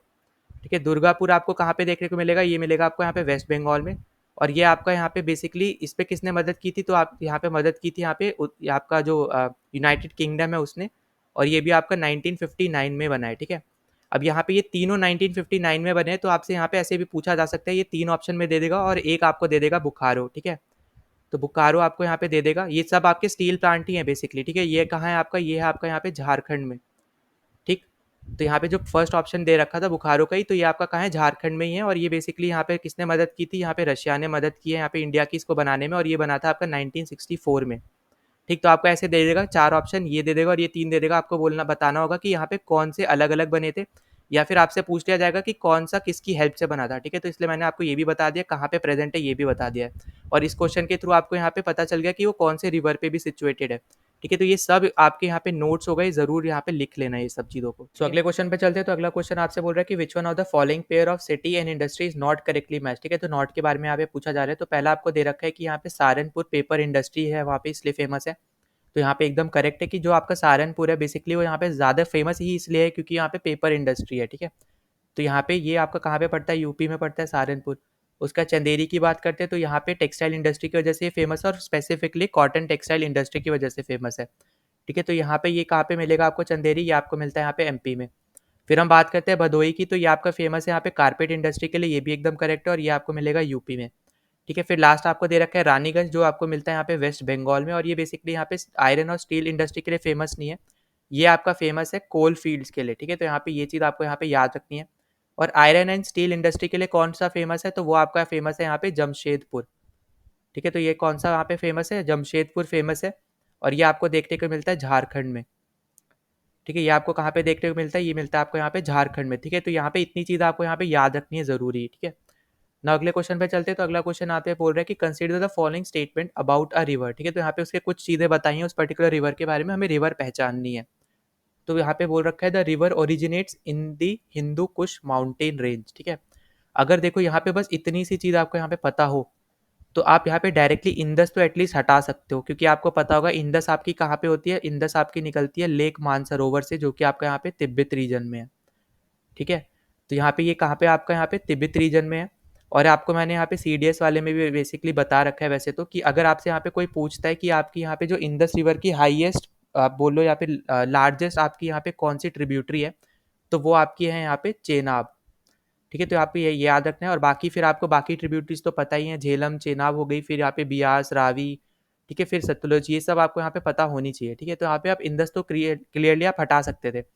उसके बाद अगर आपने यहाँ पे मेकॉन्ग के बारे में सुना होगा, तो ये आपकी बेसिकली निकलती है चाइना में ही। और ये आपकी कहाँ पे निकलती है, तो ये भी आपकी निकलती है तिब्बत से ही। ठीक है, और तिब्बत से होती हुई ये आपकी बेसिकली जाती है लाहौस, थाईलैंड, उधर कंबोडिया, इस तरफ से जाते हुए आपके यहाँ पे मिलती है, साउथ चाइना सी से जाके मिल जाती है। ठीक है, तो यहाँ पे ये भी आपका ऑप्शन यहाँ पे नहीं होने वाला था। फिर अगर हम बात करते हैं तारीम रिवर की, तो ये भी आपकी चाइना से निकलती है, ये भी आपका आंसर नहीं था। आपका आंसर था यहाँ पे हेमवंत। और ये आपकी बेसिकली अगर हम बात करते हैं, यही आपकी निकलती है कहाँ से, हिंदू कुश माउंटेन से आपकी यहाँ पे ये पर्टिकुलर जो आपका यहाँ पे ये रिवर है, ये आपकी यहाँ पे निकलती है। ठीक है, अच्छा, अब यहाँ पे और भी आगे पढ़ लेते हैं, क्वेश्चन में स्टैटिक चीजें भी बहुत दे रखी है। तो यहाँ पे बोल रहे हैं flows into Hamun wetland after covering a long stretch of about 1100 kilometre, there has been a serious conflict between the two neighboring nations regarding the sharing of water from the river। तो देखो, अगर आप ये statement पढ़ते हो तो हो सकता है आपको यहाँ पे इंडस से कंफ्यूज हो जाते हैं आप, क्योंकि इंडिया पाकिस्तान में यहाँ पे भी कंफ्लिक्ट होता है इंडस से रिलेटेड। पर यहाँ पे वो हिंदू कुश माउंटेन से नहीं निकलती है, वो लेक मानसरोवर से निकलती है। ठीक है, तो ये इंपॉर्टेंट है, याद रखना। अब यहाँ पे देखो कौन सी दो कंट्री के बीच की यहाँ पे बात हो रही है, तो एक है आपकी यहाँ पे अफगानिस्तान, और दूसरा यहाँ पे कौन है, वो है आपका ईरान। और आपने अभी लेटेस्ट आपने करंट अफेयर्स में भी पढ़ा होगा यहाँ पे कि इसी वजह से यहाँ पे अभी वापस से इन दोनों कंट्रीज के बीच में कन्फ्लिक्ट भी यहाँ पे शुरू हुआ है। ठीक है, तो ये आपके लिए इंपॉर्टेंट हो जाती है ये पर्टिकुलर न्यूज़ भी। तो यहाँ पे आपका करेक्ट ऑप्शन है ऑप्शन नंबर डी, हेलमन। ना हम यहाँ पे बात करते हैं अगले क्वेश्चन की। तो अगला क्वेश्चन में आपसे यहाँ पे बोल रहे हैं कि according to the Koppen climate classification the great northern plains of India have which one of the following climates. ठीक है, तो यहाँ पे देखो, यहाँ पे मैं मैप के थ्रू आपको इजीली समझा सकता हूँ। तो यहाँ पे आपको देखने को मिल रहा है, ये आपका क्या है, ये आपका है नॉर्दर्न प्लेन्स। ठीक है, तो यहाँ पे आपको कौन सा यहाँ पे कोयपन का यहाँ पे मिल रहा है, तो ये आपको मिल रहा है यहाँ पे CWG। ठीक है, तो यही आपको यहाँ पे याद रखना है। और ये इस मैप के थ्रू आपके लिए बहुत ज़्यादा ईजी हो जाएगा कि आपको यहाँ पे डिफरेंट टाइप के क्लाइमेट्स आपके जो यहाँ पे कोयपन के हिसाब से यहाँ पे उन्होंने डिस्क्राइब किया है, तो वो आप यहाँ पे इस पर्टिकुलर मैप के थ्रू आप यहाँ पे कर सकते हो। ठीक है, तो यहाँ पे इसलिए मैंने आपके लिए यहाँ पे एक मैप लगा रखा है, आपको ईजी रहेगा जब मैं आपको यहाँ पे PDF दूंगा। अगर आपने यहाँ पे टेलीग्राम चैनल ज्वाइन नहीं किया तो ज्वाइन कर लेना, वहीं पे आपको यहाँ पे PDF मिलेगी। ठीक है, और अगर वीडियो अच्छा लग रहा है तो प्लीज़ सब्सक्राइब कर देना चैनल को, और लाइक भी कर देना वीडियो को। ठीक है, और शेयर कर सकते हो, तो जितना ज़्यादा हो सकता है उतना ज़्यादा शेयर भी कर देना। तो यहाँ पे आपका बी ऑप्शन यहाँ पे करेक्ट हो जाएगा, CWG। अब नेक्स्ट पे चलते हैं। तो नेक्स्ट आपसे यहाँ पे देखो क्या पूछ रहा है कि which one among the following is the northern most geographical location. तो देखो, अगर आपको ये सब के बारे में पता है, ये आपकी कैपिटल है इंडिया की। ठीक है, काठमांडू आपकी कैपिटल है यहाँ पे नेपाल की, थिम्पू आपकी कैपिटल है भूटान की, और ढाका आपकी कैपिटल है बांग्लादेश की। ठीक है, तो यहाँ पे अगर आपको बेसिकली बस इतना ही पता है थोड़ा बहुत, तो आप यहाँ पे क्लियरली मार्क कर सकते हो आंसर। ठीक है, अब देखो यहाँ पे मैं मैप के थ्रू ही आपको बता देता हूँ, क्योंकि हमारे पर्टिकुलर वीडियो का टाइटल ही था यहाँ पे मैप की वजह से हेल्प, आपको हेल्प पहुँचाना। तो देखो यहाँ पे आपको ये मैप मिलेगा, मैप्स ऑफ इंडिया का यहाँ पे मैप है, इन्होंने अच्छे से समझा रखा है। तो मैं आपको ये भी रिकमेंड करूंगा कि मैप्स ऑफ इंडिया की वेबसाइट पे जाके ज़रूर आप यहाँ पे उनके आप बोल सकते हो कि मैप्स देखा करो, क्योंकि आपको बहुत ज़्यादा ईजी पड़ेगा यहाँ पे ज्योग्राफी को समझना भी। ठीक है, तो देखो आप यहाँ पे क्लियरली देख पाओगे, यहाँ पे जो आपका भूटान है, यहाँ पे आपको थिम्पू दिख रहा है। ठीक, आपसे पूछा था नॉर्दर्न मोस्ट। ठीक है, तो ये याद रखना है। फिर आपको यहाँ पे मिलेगा काठमांडू, और यहाँ पे है ढाका। तो ढाका तो एकदम ही नीचे हो गया, ये तो होने नहीं वाला। और यहाँ पे आपका है न्यू दिल्ली। ठीक है, तो आप क्लियरली देखो अगर, तो न्यू दिल्ली आपका बाकी तीनों कैपिटल जो आपकी हैं यहाँ पे, ठीक है, दूसरे कंट्रीज की, तो यहाँ पे उन सबसे ऊपर है। ठीक है, मतलब कि सबसे ऊपर आपका यहाँ पे बोल सकते हो नॉर्दर्न मोस्ट है। तो यहाँ पे आपका आंसर क्या होगा, यहाँ पे न्यू दिल्ली आपका यहाँ पे आंसर होगा। ठीक है, तो यहाँ पे बेसिकली ये जो आपका ग्राफ है, ये आपका है सार्क से रिलेटेड आपका यहाँ पे ये सॉरी मैप है। ठीक है, तो ये आपको यहाँ पे याद रहनी चाहिए, सार्क की कंट्रीज भी आपको यहाँ पे पता होनी चाहिए, तो इस मैप के थ्रू भी आप वो भी देख सकते हो। ठीक है, तो ये इंपॉर्टेंट आपके लिए यहाँ पे मैप हो जाएगा। नाउ चलते हैं अगले क्वेश्चन पे। तो यहाँ पे आपसे पूछा है कि which one of the following is not an igneous rock. ठीक है, तो कौन सी यहाँ पे इग्नियस रॉक नहीं है। तो देखो यहाँ पे इस क्वेश्चन पे आने से पहले मैं आपको कुछ चीज़ें बता रहा हूँ, वो आपको यहाँ पे याद रखनी है। अगर आपसे पूछता है कि लिथिफिकेशन, ठीक है, ये एक बेसिकली आपका प्रोसेस होता है। अगर आपसे पूछता है यहाँ पे ये कौन सी टाइप के रॉक से एसोसिएटेड है या फिर लिंक है, तो आपका यहाँ पे आंसर होगा सेडिमेंट्री रॉक। ठीक है, तो यहाँ पे ये इंपॉर्टेंट चीज़ है, आपको यहाँ पे ये याद रखनी है।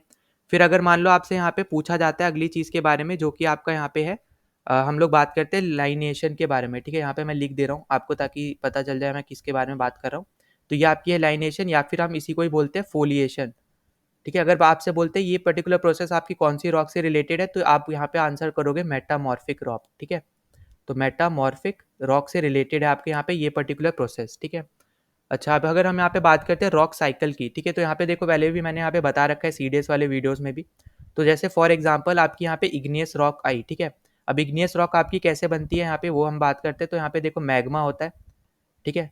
और मैग्मा के बाद आपका यहाँ पे क्रिस्टलाइजेशन होता है, क्रिस्टलाइजेशन से आपकी यहाँ पे इग्नियस रॉक बनती है, ठीक है। अगर आप उसी इग्नियस रॉक में आप बेसिकली अगर आप यहाँ पे बोलो वेदरिंग की वजह से, ठीक है, या फिर आपके इरोजन की वजह से, यहाँ पे बेसिकली आपके यहाँ पे क्या हो जाता है, यहाँ पे सेडिमेंट्स बन जाते हैं, ठीक है। इरोजन की वजह से आपके यहाँ पे क्या बन जाते हैं, सेडिमेंट्स बन जाते हैं।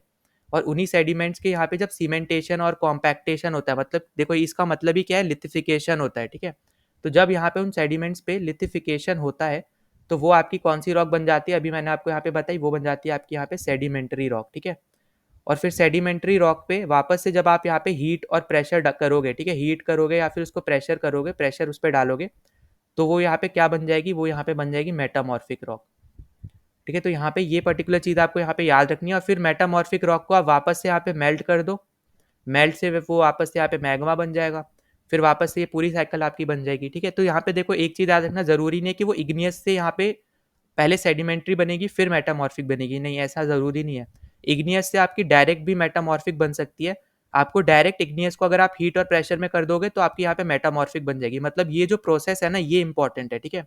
वैसे यहाँ पे लिथिफिकेशन अगर आप कर दोगे तो यहाँ पे आपकी मेटामॉर्फिक से भी आपकी यहाँ पे वापस बन सकती है, ठीक है। तो यहाँ पे ये चीज़ आपको यहाँ पे याद रखें कि जैसे फॉर एग्जाम्पल अगर आप मेटामॉर्फिक से चाहते हो कि आपकी यहाँ पे सेडिमेंट्री रॉक बने, ठीक है, तो आप यहाँ पे क्या करोगे, आप वापस से यहाँ पे आप इरोजन करोगे, इरोजन से आपकी सेडिमेंट बनेगा, सेडिमेंट से आपका यहाँ पे फिर लिथिफिकेशन करोगे, लिथिफिकेशन से आपका सेडिमेंट्री रॉक बन जाएगी, ठीक है। तो यहाँ पे ज़रूरी नहीं है कि ये ही आप यहाँ पे एक एक करके बनो, ठीक है। यहाँ पे डायरेक्ट भी आप बना सकते हो, बस बीच में आप यहाँ पे डायरेक्ट ये प्रोसेस लगा देना इग्नियस के बाद, तो मेटामॉर्फिक बन जाएगी। अगर आपको मेटामॉर्फिक से सेडिमेंट्री बनानी है तो आप यहाँ पे मेटामॉर्फिक के बाद आप क्या करो, यहाँ से इस पे आ जाओ डायरेक्ट, ठीक है।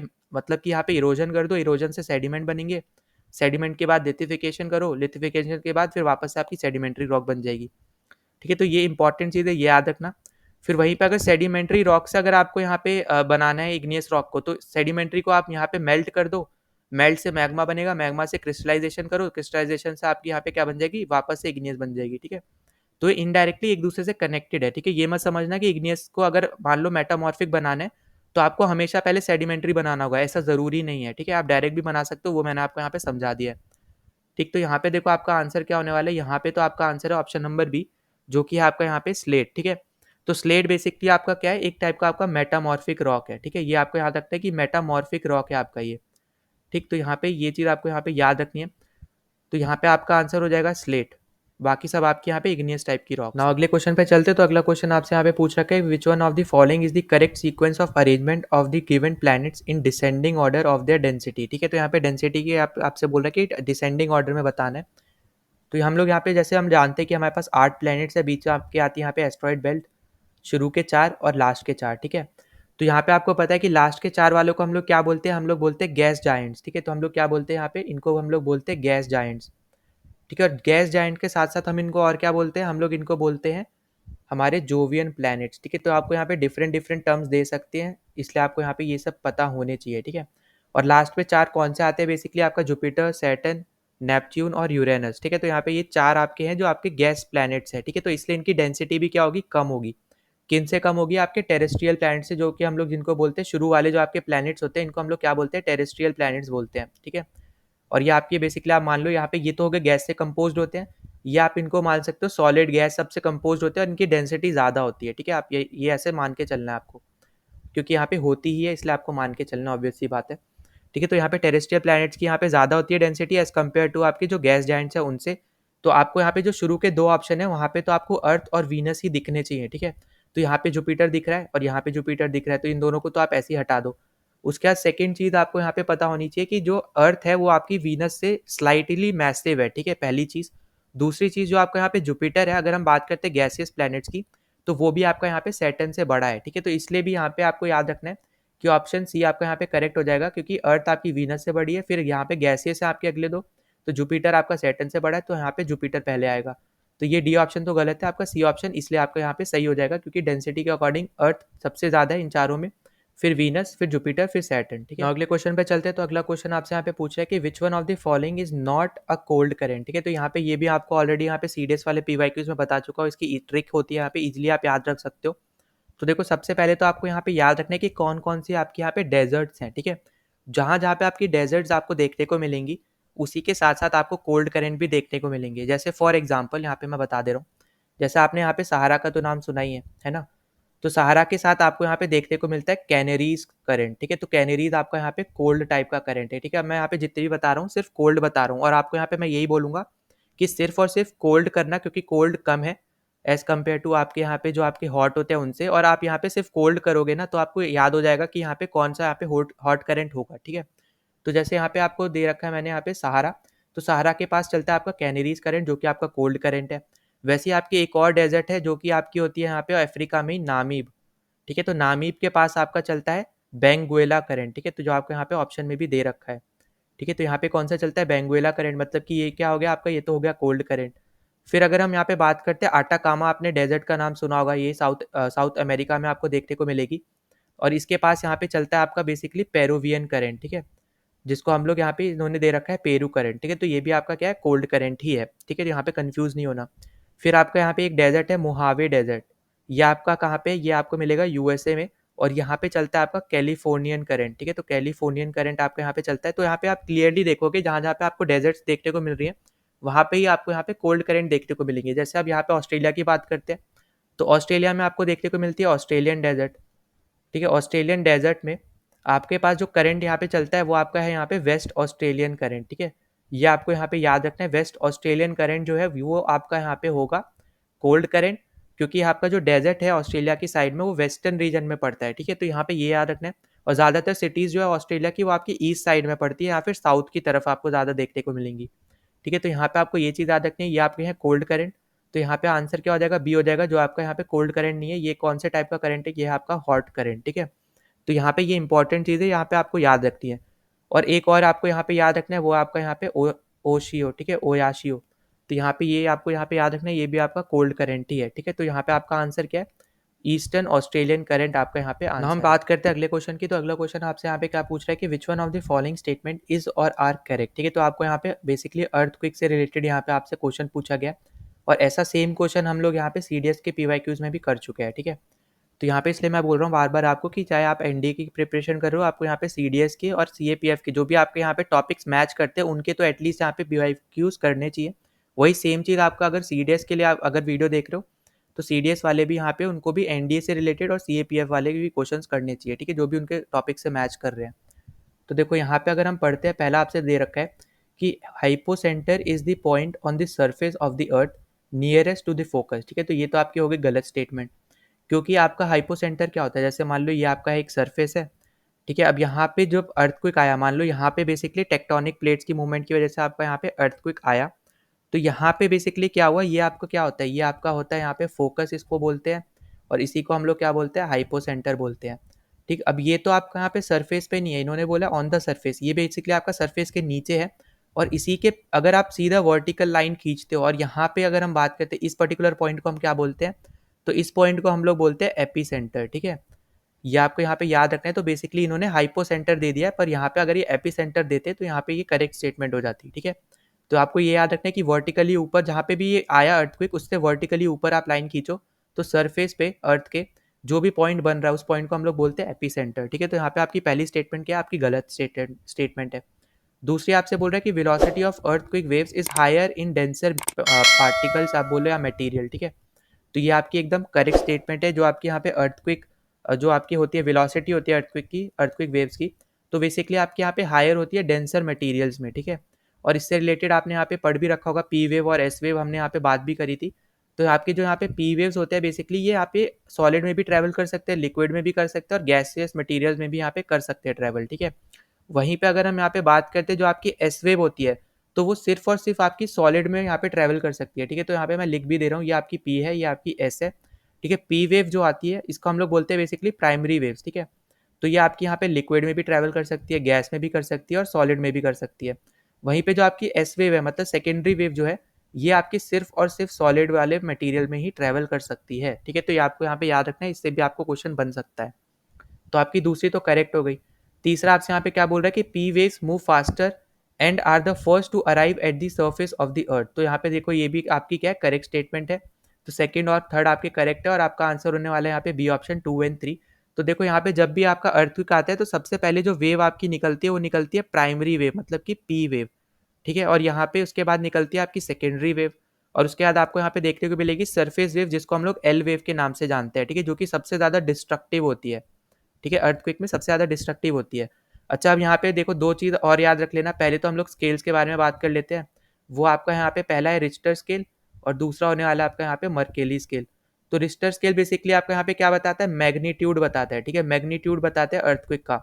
और मर्केली स्केल आपका यहाँ पे क्या बताता है, इंटेंसिटी बताता है। तो आपको ये दोनों चीज़ आपको यहाँ पे याद रखनी है, ये भी आपको स्टैटिक में पूछ सकता है, ठीक। उसके बाद अगर आपसे बोलते हैं यहाँ पे कि स्टडी ऑफ अर्थक्वेक को क्या बोलते हैं, तो इसका नाम होगा यहाँ पे सिस्मोलॉजी, ठीक है। सिस्मोलॉजी क्या होता है, स्टडी ऑफ अर्थक्वेक।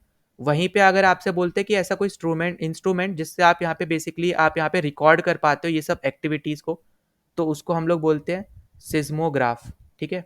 तो ये चार चीज़ें इंपॉर्टेंट है और जो आपको मैंने अभी तक बताया ये पूरी चीज़ें सब चीज़ आपके लिए बेसिकली इंपॉर्टेंट ही है, तो इसके बारे में आप नोट जरूर बना लेना। तो यहाँ पे आपका आंसर है 2 एंड 3। नौ इस क्वेश्चन में आपसे यहाँ पे पूछा जा रहा है the process of podzolization is predominantly found in which forest, ठीक है। तो यहाँ पे देखो सबसे पहली चीज़ आपको जो पता होना चाहिए कि आपके यहाँ पे मिलता है कोल्ड क्लाइमेट में, ठीक है। और कोल्ड क्लाइमेट की अगर हम यहाँ पे बात करते हैं तो यहाँ पे आपको मिलता है टाइगा फॉरेस्ट, तो यही आपका यहाँ पे करेक्ट आंसर होने वाला है, ठीक है। और बेसिकली आपका यहाँ पे पोर्सोलाइजेशन होता क्या है, यहाँ पे बेसिकली आप यहाँ पे लीचिंग करते हो। लीचिंग मतलब होता है यहाँ पे एक्सट्रैक्ट करते हो आप मटेरियल्स को या फिर आप बोलो मिनरल्स को, तो उसकी वजह से यहाँ पे आयरन और एल्यूमिनियम यहाँ पे आपका प्रोड्यूस होता है। और यहाँ पे उन उन जगहों पे आपका बेसिकली यहाँ पे ये मिलता है जहाँ पे आपकी जो प्रेसिपिटेशन है वो ज़्यादा हो जाती है इवेपोरेशन और ट्रांसपिरेशन से, ठीक है। अब इवेपोरेशन तो आपको हर एक को पता होगा कि जहाँ पे आपका जो वाटर है वो सॉइल से आपका यहाँ पे इवेपोरेट हो जा रहा है, वहीं पे ट्रांसपिरेशन मतलब है कि वो यहाँ पे प्लांट से भी इवेपोरेट हो जा रहा है, ठीक है। तो यहाँ पे ये चीज़ तो आपको यहाँ पे पता चल गई। तो यहाँ पे ये इसका आंसर क्या होगा, आपका होगा यहाँ पे सी ऑप्शन टाइगा फॉरेस्ट, ठीक है। अगले पे चलते हैं। अगला आपसे यहाँ पे बोला जा रहा है कि which one among the following states is the leading producer of manganese in India, ठीक है। तो यहाँ पे आपका स्टैटिक बेस्ड क्वेश्चन है, डायरेक्ट आपका आंसर बताना है। यहाँ पे है मध्य प्रदेश, और इससे पहले मैं आयरन और बॉक्साइट अभी कुछ क्वेश्चन पहले ही मैं आपको यहाँ पे ऑलरेडी बता चुका हूँ। फिर अगले में आपसे पूछा जा रहा है कि यहाँ पे जो माइका होता है वो यहाँ पे मेनली यूज इन कौन से चीज़ों में यहाँ पे यूज़ किया जाता है, कौन सी इंडस्ट्री में मैक्सिमम आपका यूज़ होता है, तो वो आपका है यहाँ पे इलेक्ट्रिकल एंड इलेक्ट्रॉनिक इंडस्ट्री। और उसका बेसिक रीज़न यहाँ पे यही है क्योंकि वो इस टाइप से यहाँ पे बना हुआ होता है कि वो हाई वोल्टेज को भी यहाँ पे सह सकता है, ठीक है। अब यहाँ पे जो जो चीज़ें हाई वोल्टेज को सह नहीं पाती हैं वो उस पर बेसिकली क्या होता है कि उसकी वजह से यहाँ पे सर्किट ब्रेक हो जाता है, ठीक है। पर यहाँ पे क्योंकि अब ये हाई वोल्टेज को भी सह सकता है इसलिए यहाँ पे आपका जो सर्किट है वो ब्रेक नहीं होगा, यहाँ पे इलेक्ट्रिसिटी का फ्लो चलता रहेगा। तो इसी की वजह से यहाँ पे ये इलेक्ट्रिकल और इलेक्ट्रॉनिक इंडस्ट्री में सबसे ज़्यादा यहाँ पे यूज़ किया जाता है। ना अगले क्वेश्चन पे चलते हैं। तो अगला क्वेश्चन आपसे बोल रहा है कि distance between the longitude become zero on north pole and south pole. ये आपका करेक्ट है, अभी मैंने आपको यहाँ पे बताया था। जैसे आपकी जो ये अर्थ है तो ये आपके जैसे ऐसे बनते हैं आपके यहाँ पे कौन से ये होते हैं आपके लैटिट्यूड्स, और इस टाइप से आपके बनते हैं लॉन्गिट्यूड्स, ठीक है। मतलब कि यहाँ पे इस पॉइंट से निकलते हैं और इस पॉइंट से यहाँ पे दूर होते जाते हैं, ठीक है। तो इस टाइप से आपके क्या बनते हैं, ये बनते हैं आपके लॉन्गिट्यूड्स। तो यहाँ पे जो आपका इक्वेटर रहेगा, ठीक है, इक्वेटर पे आपका मैक्सिमम डिस्टेंस होगा दो लॉन्गिट्यूड्स के बीच में। वहीं पे आपका जो यहाँ पे पोल्स पे जो डिस्टेंस हो जाएगा वो हो जाएगा जीरो, ठीक है। तो पहली स्टेटमेंट तो आपकी इसलिए करेक्ट हो गई। दूसरा आपसे बोल रहा है कि distance between the longitude is maximum on the equator, ये आपकी एकदम करेक्ट है। तीसरी जो आपको बोल रखा है कि number of longitudes is more than the number of latitudes, तो ये भी आपके यहाँ पे करेक्ट है। और ये स्टैटिक पार्ट है, यहाँ पे ये याद रख लेना। देखो जो आपका लैटिट्यूड होता है वो आपके होते हैं टोटल 180, और जो लॉन्गिट्यूड होते हैं वो आपके होते हैं टोटल 360, ठीक है। तो यहाँ पे याद रखना ये है आपका लॉन्गिट्यूड और ये है आपके यहाँ पे क्या लैटिट्यूड, ठीक है। तो ये चीज़ बस आप यहाँ पे याद रख लेना। बाकी तो मैंने आपको ऑलरेडी फर्स्ट क्वेश्चन में ही बताया था इन सब के बारे में, लैटिट्यूड लॉन्गिट्यूड के बारे में। तो यहाँ पे आपके तीनों स्टेटमेंट करेक्ट है और डी ऑप्शन यहाँ पे आपका राइट आंसर हो जाएगा। ना अगले क्वेश्चन पे चलते हैं। तो अगला क्वेश्चन आपसे यहाँ पे बोल रहा है कि दीनदयाल पोर्ट को यहाँ पे पहले उसका क्या नाम था, ठीक है। मतलब दीनदयाल पोर्ट जो यहाँ पे नाम रखा गया उससे पहले उस पोर्ट पर्टिकुलर पोर्ट का यहाँ पे क्या नाम था, तो उसका नाम था यहाँ पे कांडला पोर्ट, और ये आपका यहाँ मिलता है गुजरात में, ठीक है। और ये यहाँ पे अभी CDS 2 2023 में भी इससे रिलेटेड आपका यहाँ पे क्वेश्चन आया था। बस वहाँ पे ऐसे डायरेक्टली नहीं पूछा था, पर आप वहाँ पे उससे रिलेटेड आपसे क्वेश्चन पूछा था। और यहाँ पे जो आपका ये विशाखापट्टनम पोर्ट है ये आपका बेसिकली लैंडलॉक पोर्ट है, ठीक है। तो यहाँ पे ये भी चीज़ आपको यहाँ पे याद रखनी है। अगली चीज़ आप अगले क्वेश्चन में चलते हैं। तो अगले क्वेश्चन में आपसे बोल रहा है कि which one of the following is the lowermost or innermost intrusive igneous rock, तो यहाँ पे आपका आंसर हो जाएगा बैथोलिथ, ठीक है। तो बैथोलिथ आपका बेसिकली सबसे नीचे होता है आपका यहाँ पे अगर हम बात करते हैं इग्नियस रॉक्स की, ठीक है। और ये बेसिकली आपका किससे फॉर्म होता है, तो ये आपका फॉर्म होता है मैग्मा से, ठीक है, और ये भी बेसिकली अर्थ के क्रस्ट में ही फॉर्म हो जाता है, ठीक है। तो यहाँ पे ये भी चीज़ आपको यहाँ पे याद रखनी है। अब जैसे इसके एग्जाम्पल क्या क्या है, इसका एग्जाम्पल है जैसे तो आपका हो गया यहाँ पे ग्रेनाइट, ठीक है। फिर आपने क्वार्ट्ज सुना होगा, ठीक है। फिर क्वार्ट्ज के बाद आपने यहाँ पे डायोराइट सुन रखा होगा, ठीक है। तो ये सब इसके एग्जाम्पल है और भी एग्जाम्पल्स हो सकते हैं, ठीक है इसके। फिर उसके बाद हम लोग यहाँ पे बात करते हैं, जो आपको ऑप्शन दे रखे हैं, तो लेकोलिथ की बात करते हैं। तो यहाँ पे बेसिकली ये आपका प्रेजेंट होता है जहाँ पे दो लेयर्स को सेपरेट करना हो, ठीक है। तो ये बेसिकली काम करता है, सेपरेट करता है यहाँ पे बेसिकली टू लेयर्स को, ठीक है। कोई भी यहाँ पे दो लेयर्स को यहाँ पे क्या करता है, सेपरेट करता है, ठीक है। ये चीज़ आपको यहाँ पे याद रखनी है। और यहाँ पे ये कौन से टाइप का स्ट्रक्चर बनाते हैं ये भी आपको याद रखना है, क्योंकि आपसे ऐसे भी पूछ सकते हैं कि डोम लाइक स्ट्रक्चर कौन सा यहाँ पे टाइप की इग्नियस रॉक बनाती है, इंट्रूसिव इग्नियस रॉक। तो आपका आंसर होगा लेकोलिथ बनाते हैं, ठीक है, डोम लाइक स्ट्रक्चर। तो यहाँ पे ये चीज़ आपको यहाँ पे याद रखनी है। फिर हम बात करते हैं लोपोलिथ की। तो लोपोलिथ बेसिकली आपका यहाँ पे सॉसर शेप बनाती है, ठीक है। जैसे वो डोम लाइक स्ट्रक्चर बना रही है, वैसे ही ये आपकी यहाँ पे सॉसर शेप बना रही है, ठीक है। तो ये कुछ शेप से रिलेटेड चीज़ है जो आपको यहाँ पे याद रहनी ही चाहिए, ठीक है, क्योंकि आपसे यहाँ पे डायरेक्टली पूछ सकता है। फिर उसके बाद आपको लास्ट में दे रखा है पैकोलिथ, ठीक है। तो यहाँ पे देखो पैकोलिथ के बारे में अगर हम यहाँ पे बात करते हैं, तो ये आपका यहाँ पे बेसिकली पैरेलल रहता है। किससे पैरेलल रहता है, आपके यहाँ पे जो आपका बेड होता है, ठीक है, जो आपका नीचे बेड है उससे आपका यहाँ पे बेसिकली पैरेलल रहता है, ठीक है। तो यहाँ पे ये चीज़ आपको यहाँ पे याद रखनी है कि ये आपका यहाँ पे पैरेलल रहता है, किससे, बेड से रहता है, ठीक है। अब जैसे आपने ओशन बेड सुना होगा वैसे ही आप यहाँ पे बेड बांध सकते हो। अब यहाँ पे सोने वाला बेड मत समझना, जैसे आपने ओशन बेड सुना है वैसे ही आपका यहाँ पे लैंड वाला जो बेड होता है, ठीक है। तो वैसे ही आपका यहाँ पे उससे पैरेलल आपको यहाँ पे प्रेजेंट मिलेगा ये। और ये इंपॉर्टेंट चीज़ें आपकी हैं इससे रिलेटेड, और बाकी यहाँ पे आप अपनी तरफ से भी इनमें ऐड ज़रूर कर देना, ठीक है।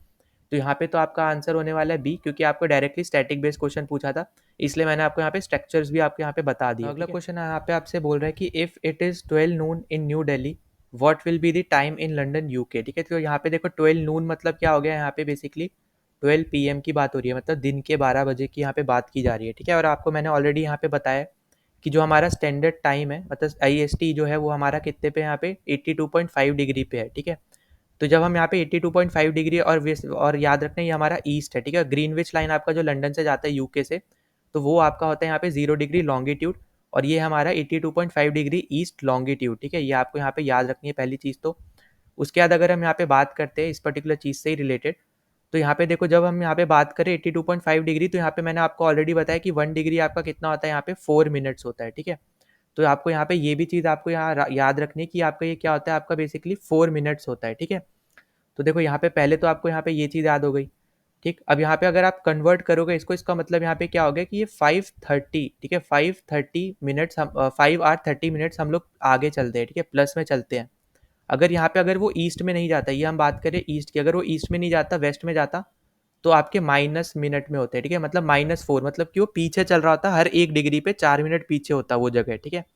तो आपको यहाँ पे ये चीज़ पता होनी चाहिए। अगर हम यहाँ पे +5 hour 30 minutes हम आगे हैं और यहाँ पे 12 बज रहे हैं, मतलब यहाँ पे लंदन में कितने बज रहेंगे, तो लंदन में बज रहेंगे 6:30 सुबह के, ठीक है, AM के। तो यहाँ पे नून मतलब ये मत समझना रात वाले हैं, ठीक है, ये बेसिकली दिन वाले नून है, ठीक है। तो यहाँ पे आपका आंसर क्या आ जाएगा, 6:30 AM यहाँ पे आपका यहाँ पे आंसर आ जाएगा, ठीक। फिर हम नेक्स्ट पे चलते हैं। तो नेक्स्ट में आपसे यहाँ पे क्या बोल रहा है कि in the soil formation regime which one of the following occurs in the region where evapotranspiration exceeds precipitation significantly, ठीक है। अब देखो हमने पोडोसोलाइजेशन तो ऑलरेडी हमने किया था, वहाँ पे बेसिकली क्या हो रहा था, वहाँ पे प्रेसिपिटेशन ज़्यादा हो रहा था इवेपो ट्रांजिशन से, ठीक है। तो इवेपो ट्रांसपिरेशन से ज़्यादा हो रहा था आपका प्रेसिपिटेशन, तो उसको हम लोग बोल रहे थे पोडोसोलाइजेशन, ठीक है। तो यहाँ पे ये तो गलत हो गया, मतलब ये तो इसका आंसर होने नहीं वाला। तो इसका आंसर क्या होने वाला है, इसका आंसर है आपका ऑप्शन नंबर ए, जो कि आपका है यहाँ पे कैल्किफिकेशन, ठीक है। तो यहाँ पे कैल्किफिकेशन इसका अपोजिट है, ठीक है। इस तरीके से आप यहाँ पे याद रख लेना, और यही आपका आंसर है। अब देखो बाकी के दो जो आपको दे रखे हैं बेसिकली यहाँ पे ये है आपके सॉइल फॉर्मेशन से रिलेटेड, और जो आपका यहाँ पे पहला दे रखा है कि लेटराइजेशन, ठीक है। तो लेटराइजेशन आपका बेसिकली ट्रॉपिकल सब ट्रॉपिकल रीजन में आपको देखने को मिलता है सॉइल से रिलेटेड। वहीं पे आपको जो दे रखा है ग्लेइजेशन, तो ये आपको मॉइस्ट और कोल्ड रीजन में आपको यहाँ पे देखने को मिलता है, ठीक है। तो ये चीज़ भी आपके यहाँ पे आंसर नहीं है, पर जो मैंने आपको यहाँ पे मीनिंग बताया ये आप बस आपको याद रखना है। तो यहाँ पे आंसर क्या होने वाला है, कैल्किफिकेशन आपका आंसर है। ना अगले क्वेश्चन पे चलते, तो अगले क्वेश्चन में आपसे यहाँ पे बोला जा रहा है कि which one of the following is found in the inner most part of the अर्थ, ठीक है। तो यहाँ पे आपको बेसिकली डिसकंटिन्यूटी बतानी है यहाँ पे कि कौन सी यहाँ पे आपकी इनर मोस्ट पार्ट पे मिलती है। तो देखो सबसे पहले तो आपको इनके सेक्शंस पता होने चाहिए, तो यहाँ पे हम लोग पहले वो बात कर लेते हैं। तो देखो सबसे ऊपर तो आपको यहाँ पे मिलता है क्रस्ट, फिर यहाँ पे आपको मिलता है मेंटल, ठीक है। उसके बाद आपको यहाँ पे क्या मिलता है कोर। अब क्रस्ट के भी आपके यहाँ पे 2 टाइप होते हैं, ठीक है। पहला आपका सबसे ऊपर आपका ये होता है यहाँ पे कॉन्टिनेंटल, ठीक है। आपका कौन सा होता है यहाँ पे होता है आपका कॉन्टिनेंटल, ठीक है। पहली चीज़ तो आपको यहाँ पे ये याद रखनी है, ठीक। उसके बाद आपको यहाँ पे जो दूसरी चीज़ याद रखनी है वो आपकी होनी है यहाँ पे ओशनिक क्रस्ट भी आपका एक होता है, ठीक है। तो पहले कॉन्टिनेंटल आएगा, फिर आपका यहाँ पे क्या आएगा ओशनिक आएगा, ठीक है। उसके बाद यहाँ पे आपके मेंटल के भी आपके 2 पार्ट होते हैं। तो एक होता है यहाँ पे अपर मेंटल और एक होता है यहाँ पे आपका लोअर मेंटल, ठीक है।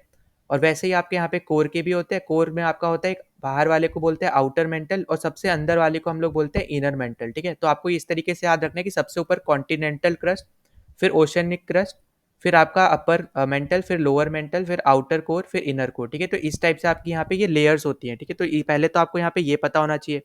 अब उसके बाद अगर हम यहाँ पे बात करते हैं डिसकंटिन्यूटी के बारे में, तो देखो डिसकंटिन्यूटी के बारे में अगर हम यहाँ पे बात करते हैं तो सबसे पहले हम लोग यहाँ पे देखते हैं कॉनरैड को, ठीक है। तो सबसे पहले आपका यहाँ पे आता है कॉनरैड डिसकंटिन्यूटी। तो ये बेसिकली आपको मिलता है अपर एंड लोअर क्रस्ट के बीच में, ठीक है। मतलब कि आपका यहाँ पे जो क्रस्ट है, जो बेसिक मतलब यहाँ पे यही हो गया कॉन्टिनेंटल और यहाँ पे जो ओशनिक, तो यहाँ पे आपका किसके बीच में मिलता है, ये आपका मिलता है यहाँ पे कॉन्टिनेंटल्स के बीच में, ठीक है। मतलब क्रस्ट के बीच में आपको यहाँ पे ये देखने को मिलता है, ठीक है। ये चीज़ आपको यहाँ पे याद रखनी है कि कॉनरैड आपको बेसिकली देखने को मिलता है क्रस्ट के बीच में, ठीक है।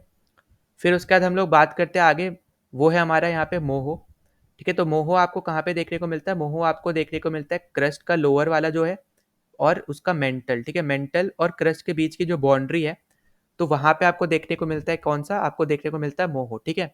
मोहो के बाद अगर हम चलते हैं तो नेक्स्ट आपको देखने को मिलता है गुटरबर्ग, ठीक है। तो गुटरबर्ग अगर हम यहाँ पे देखते हैं तो देखो गुटरबर्ग के आपकी अगर हम बात करते हैं तो गुटरबर्ग आपको यहाँ पे देखने को मिलता है कोर और मेंटल के बीच में, ठीक है। ये आपको कहाँ देखने को मिलता है, ये आपको देखने को मिलता है कोर और मेंटल के बीच में, ठीक है। अच्छा यहाँ पे पहले तो मैं जो ऐसे हम चल रहे हैं उसके हिसाब से हम यहाँ पे बात कर लेते हैं। तो यहाँ पे इन दोनों के बीच में आपका क्या था, यहाँ पे ये था आपका कॉनरैड, फिर ओशन और यहाँ पे अपर मेंटल के बीच में था यहाँ पे मोहो, फिर अपर मेंटल और लोअर मेंटल के बीच में आपको देखने को मिलता है रेपेटी, ठीक है। यहाँ पे मैं लिख दे रहा हूँ स्पेलिंग, तो मैं यहाँ पे लिख दे रहा हूँ, बाकी मैं वहाँ पे शॉर्ट पे लिख दे रहा हूँ आर, ठीक है। यहाँ पे आपको देखने को मिलता है रेपेटी। फिर उसके बाद आपको यहाँ पे अगला जो है यहाँ पे कोर और मेंटल के बीच में देखने को मिलता है गुटनबर्ग, ठीक है। तो यहाँ पे आपको अगला कौन सा देखने को मिलता है, ये देखने को मिलता है आपको यहाँ पे गुटनबर्ग, ठीक है। तो यहाँ पे ये चीज़ आपको यहाँ पे याद रखनी है। फिर उसके बाद अगर हम नेक्स्ट पे चलते हैं तो नेक्स्ट आपको यहाँ पे कौन सा देखने को मिलता है, आपका इनर और आउटर के बीच में जो आपका कोर है उसके बीच में आपको देखने को मिलता है लेमन, ठीक है। तो यहाँ पे आपसे यही पूछ रखा है कि इनर मोस्ट आपके पार्ट में कौन सा देखने को मिलता है, वो आपका होने वाला है यहाँ पे लेमन डिस्क्यूनिटी। और इससे रिलेटेड मैंने आपको यहाँ पे ये भी समझा दे, ये भी आपको यहाँ पे याद रखना है। अगले क्वेश्चन पे चलते हैं। तो अगला क्वेश्चन जो है बेसिकली ये आपका यहाँ पे सिविल सर्विसेज में भी आ रखा है, ठीक है। तो यहाँ पे क्वेश्चन में पूछ रखा है कि which of the following trees species is or are found in Himalaya, ठीक है। तो आपको यहाँ पे ओक भी मिलता है और रोडोडेंड्रॉन भी मिलता है, ठीक है। तो यहाँ पे हमने सेम क्वेश्चन पहले भी यहाँ पे हमने कर रखा है। तो यहाँ पे रोजवुड आपको बेसिकली नहीं मिलता है, तो आपके यहाँ पे 1 एंड 2 ही सिर्फ आपके यहाँ पे करेक्ट होने वाले हैं, ठीक है। तो ये चीज़ आपको बस यहाँ पे स्टैटिक जीके, तो ये आपको थोड़ा याद रखना पड़ेगा, ठीक है। ना अगले क्वेश्चन पे चलते हैं। तो अगला क्वेश्चन आपसे यहाँ पे पूछ रहा है कि which of the following positions of sun earth and moon is or are suitable for spring tide. तो देखो स्प्रिंग टाइड आपके कब आते हैं, जब आपका जो यहाँ पे सन मून और अर्थ है वो यहाँ पे स्ट्रेट लाइन में आ जाते हैं, ठीक है। तो पहले तो ये याद रखना, जब वो यहाँ पे बेसिकली आपके यहाँ पे कहाँ आ जाते हैं, स्ट्रेट लाइन में आ जाते हैं, ठीक है। अब देखो यहाँ पे जो आपको पहला दे रखा है कंजंक्शन वाला, तो इसमें क्या होता है कंजंक्शन वाले में कि यहाँ पे पहले तो सन होता है और अर्थ होता है और अर्थ के बीच में आपके बेसिकली यहाँ पे मून आता है, ठीक है। तो ये तो हो गया आपका यहाँ पे कंजंक्शन, जहाँ पे आपका मून जो है यहाँ पे वो बीच में आ रहा है, ठीक है, बिटवीन है। और उसके बाद आपको यहाँ पे दे रखा है अपोजिशन, तो अपोजिशन में क्या होता है सन और मून के बीच में आपकी यहाँ पे अर्थ आती है, ठीक है। तो ये चीज़ आपको यहाँ पे याद रखना है, यहाँ पे अर्थ आपकी बिटवीन आती है इन दोनों चीज़ों के, और यहाँ पे यही आपकी यहाँ पे स्ट्रेट लाइन बना रहे हैं, ठीक है। अब यहाँ पे आपको कंफ्यूजन हो सकता है क्वाड्रेचर क्या होता है। तो क्वाड्रेचर बेसिकली आपका होता है जहाँ पे आपका सन, अर्थ और मून, ठीक है, ये तीनों ही मिलके आपका 90 डिग्री एंगल बनाते हैं, ठीक है। मेक 90 डिग्री एंगल, ठीक है। तो यहाँ पे ये याद रखना, मेक 90 डिग्री एंगल मतलब कि आपका राइट एंगल बनाते हैं, ठीक है। तो यहाँ पे ये क्या होता है आपका क्वाड्रेचर होता है, तो इसमें आपकी स्प्रिंग टाइड नहीं बनती है, ये आपको यहाँ पे याद रखना है। तो आपकी स्प्रिंग टाइड किस में बनती है, जब आपके यहाँ पे स्ट्रेट लाइन में आते हैं। तो आपका 1 एंड 2 यहाँ पे करेक्ट है, तो यहाँ पे आपका आंसर हो जाएगा सी ऑप्शन 1 एंड 2। ना अगले क्वेश्चन पे चलते हैं। तो अगले क्वेश्चन में आपसे यहाँ पे बोला जा रहा है कि which one of the following tribes from India's north east had the earliest known association with cultivation and production of T, ठीक है। तो यहाँ पे जैसे आपको पता होगा कि जो आपके यहाँ पे खासी ट्राइब है आपकी कहाँ की है, तो ये आपको मिलती है आपको यहाँ पे मेघालय में, ठीक है। वैसे ही आपको यहाँ पे गारो भी वहीं पे मिलती है और जयंतिया भी आपके यहाँ पे मेघालय में मिलती है, ठीक है। तो आपको जैसे हिल्स के बारे में भी पता होगा, तो आपने यहाँ पे याद कर रखा होगा, यहाँ पे गारो, खासी, जयंतिया, ठीक है। तो यहाँ पे इस टाइप से आपको यहाँ पे हिल्स भी देखने को मिलती है मेघालय में। तो यहाँ पे ये तीनों ही ट्राइब आपकी मेघालय की है, और जो सिंगफोस है ये आपको मिलती है बेसिकली आपकी असम में और अरुणाचल प्रदेश में, ठीक है। तो आपको यहाँ पे देखो टी का यहाँ पे जो बात की जा रही है कल्टीवेशन और प्रोडक्शन की, तो यहाँ पे ऑप्शन ऑप्शन होने वाला है आपका सी, जो कि आपका यहाँ पे सिंगफोस। और यहाँ पे यही बताया जाता है कि जब यहाँ पे ब्रिटिशर्स ने ये जो प्लांटेशन सिस्टम शुरू किया था उससे पहले से ही जो आपके यहाँ पे सिंगफोस ट्राइब है यहाँ पे वो चीज़ करती हुई आ रही थी, ठीक है। तो यहाँ पे जो आपका कल्टीवेशन है टी से रिलेटेड वो आपके कौन सी ट्राइब करती है, सिंगफोस ट्राइब करती है।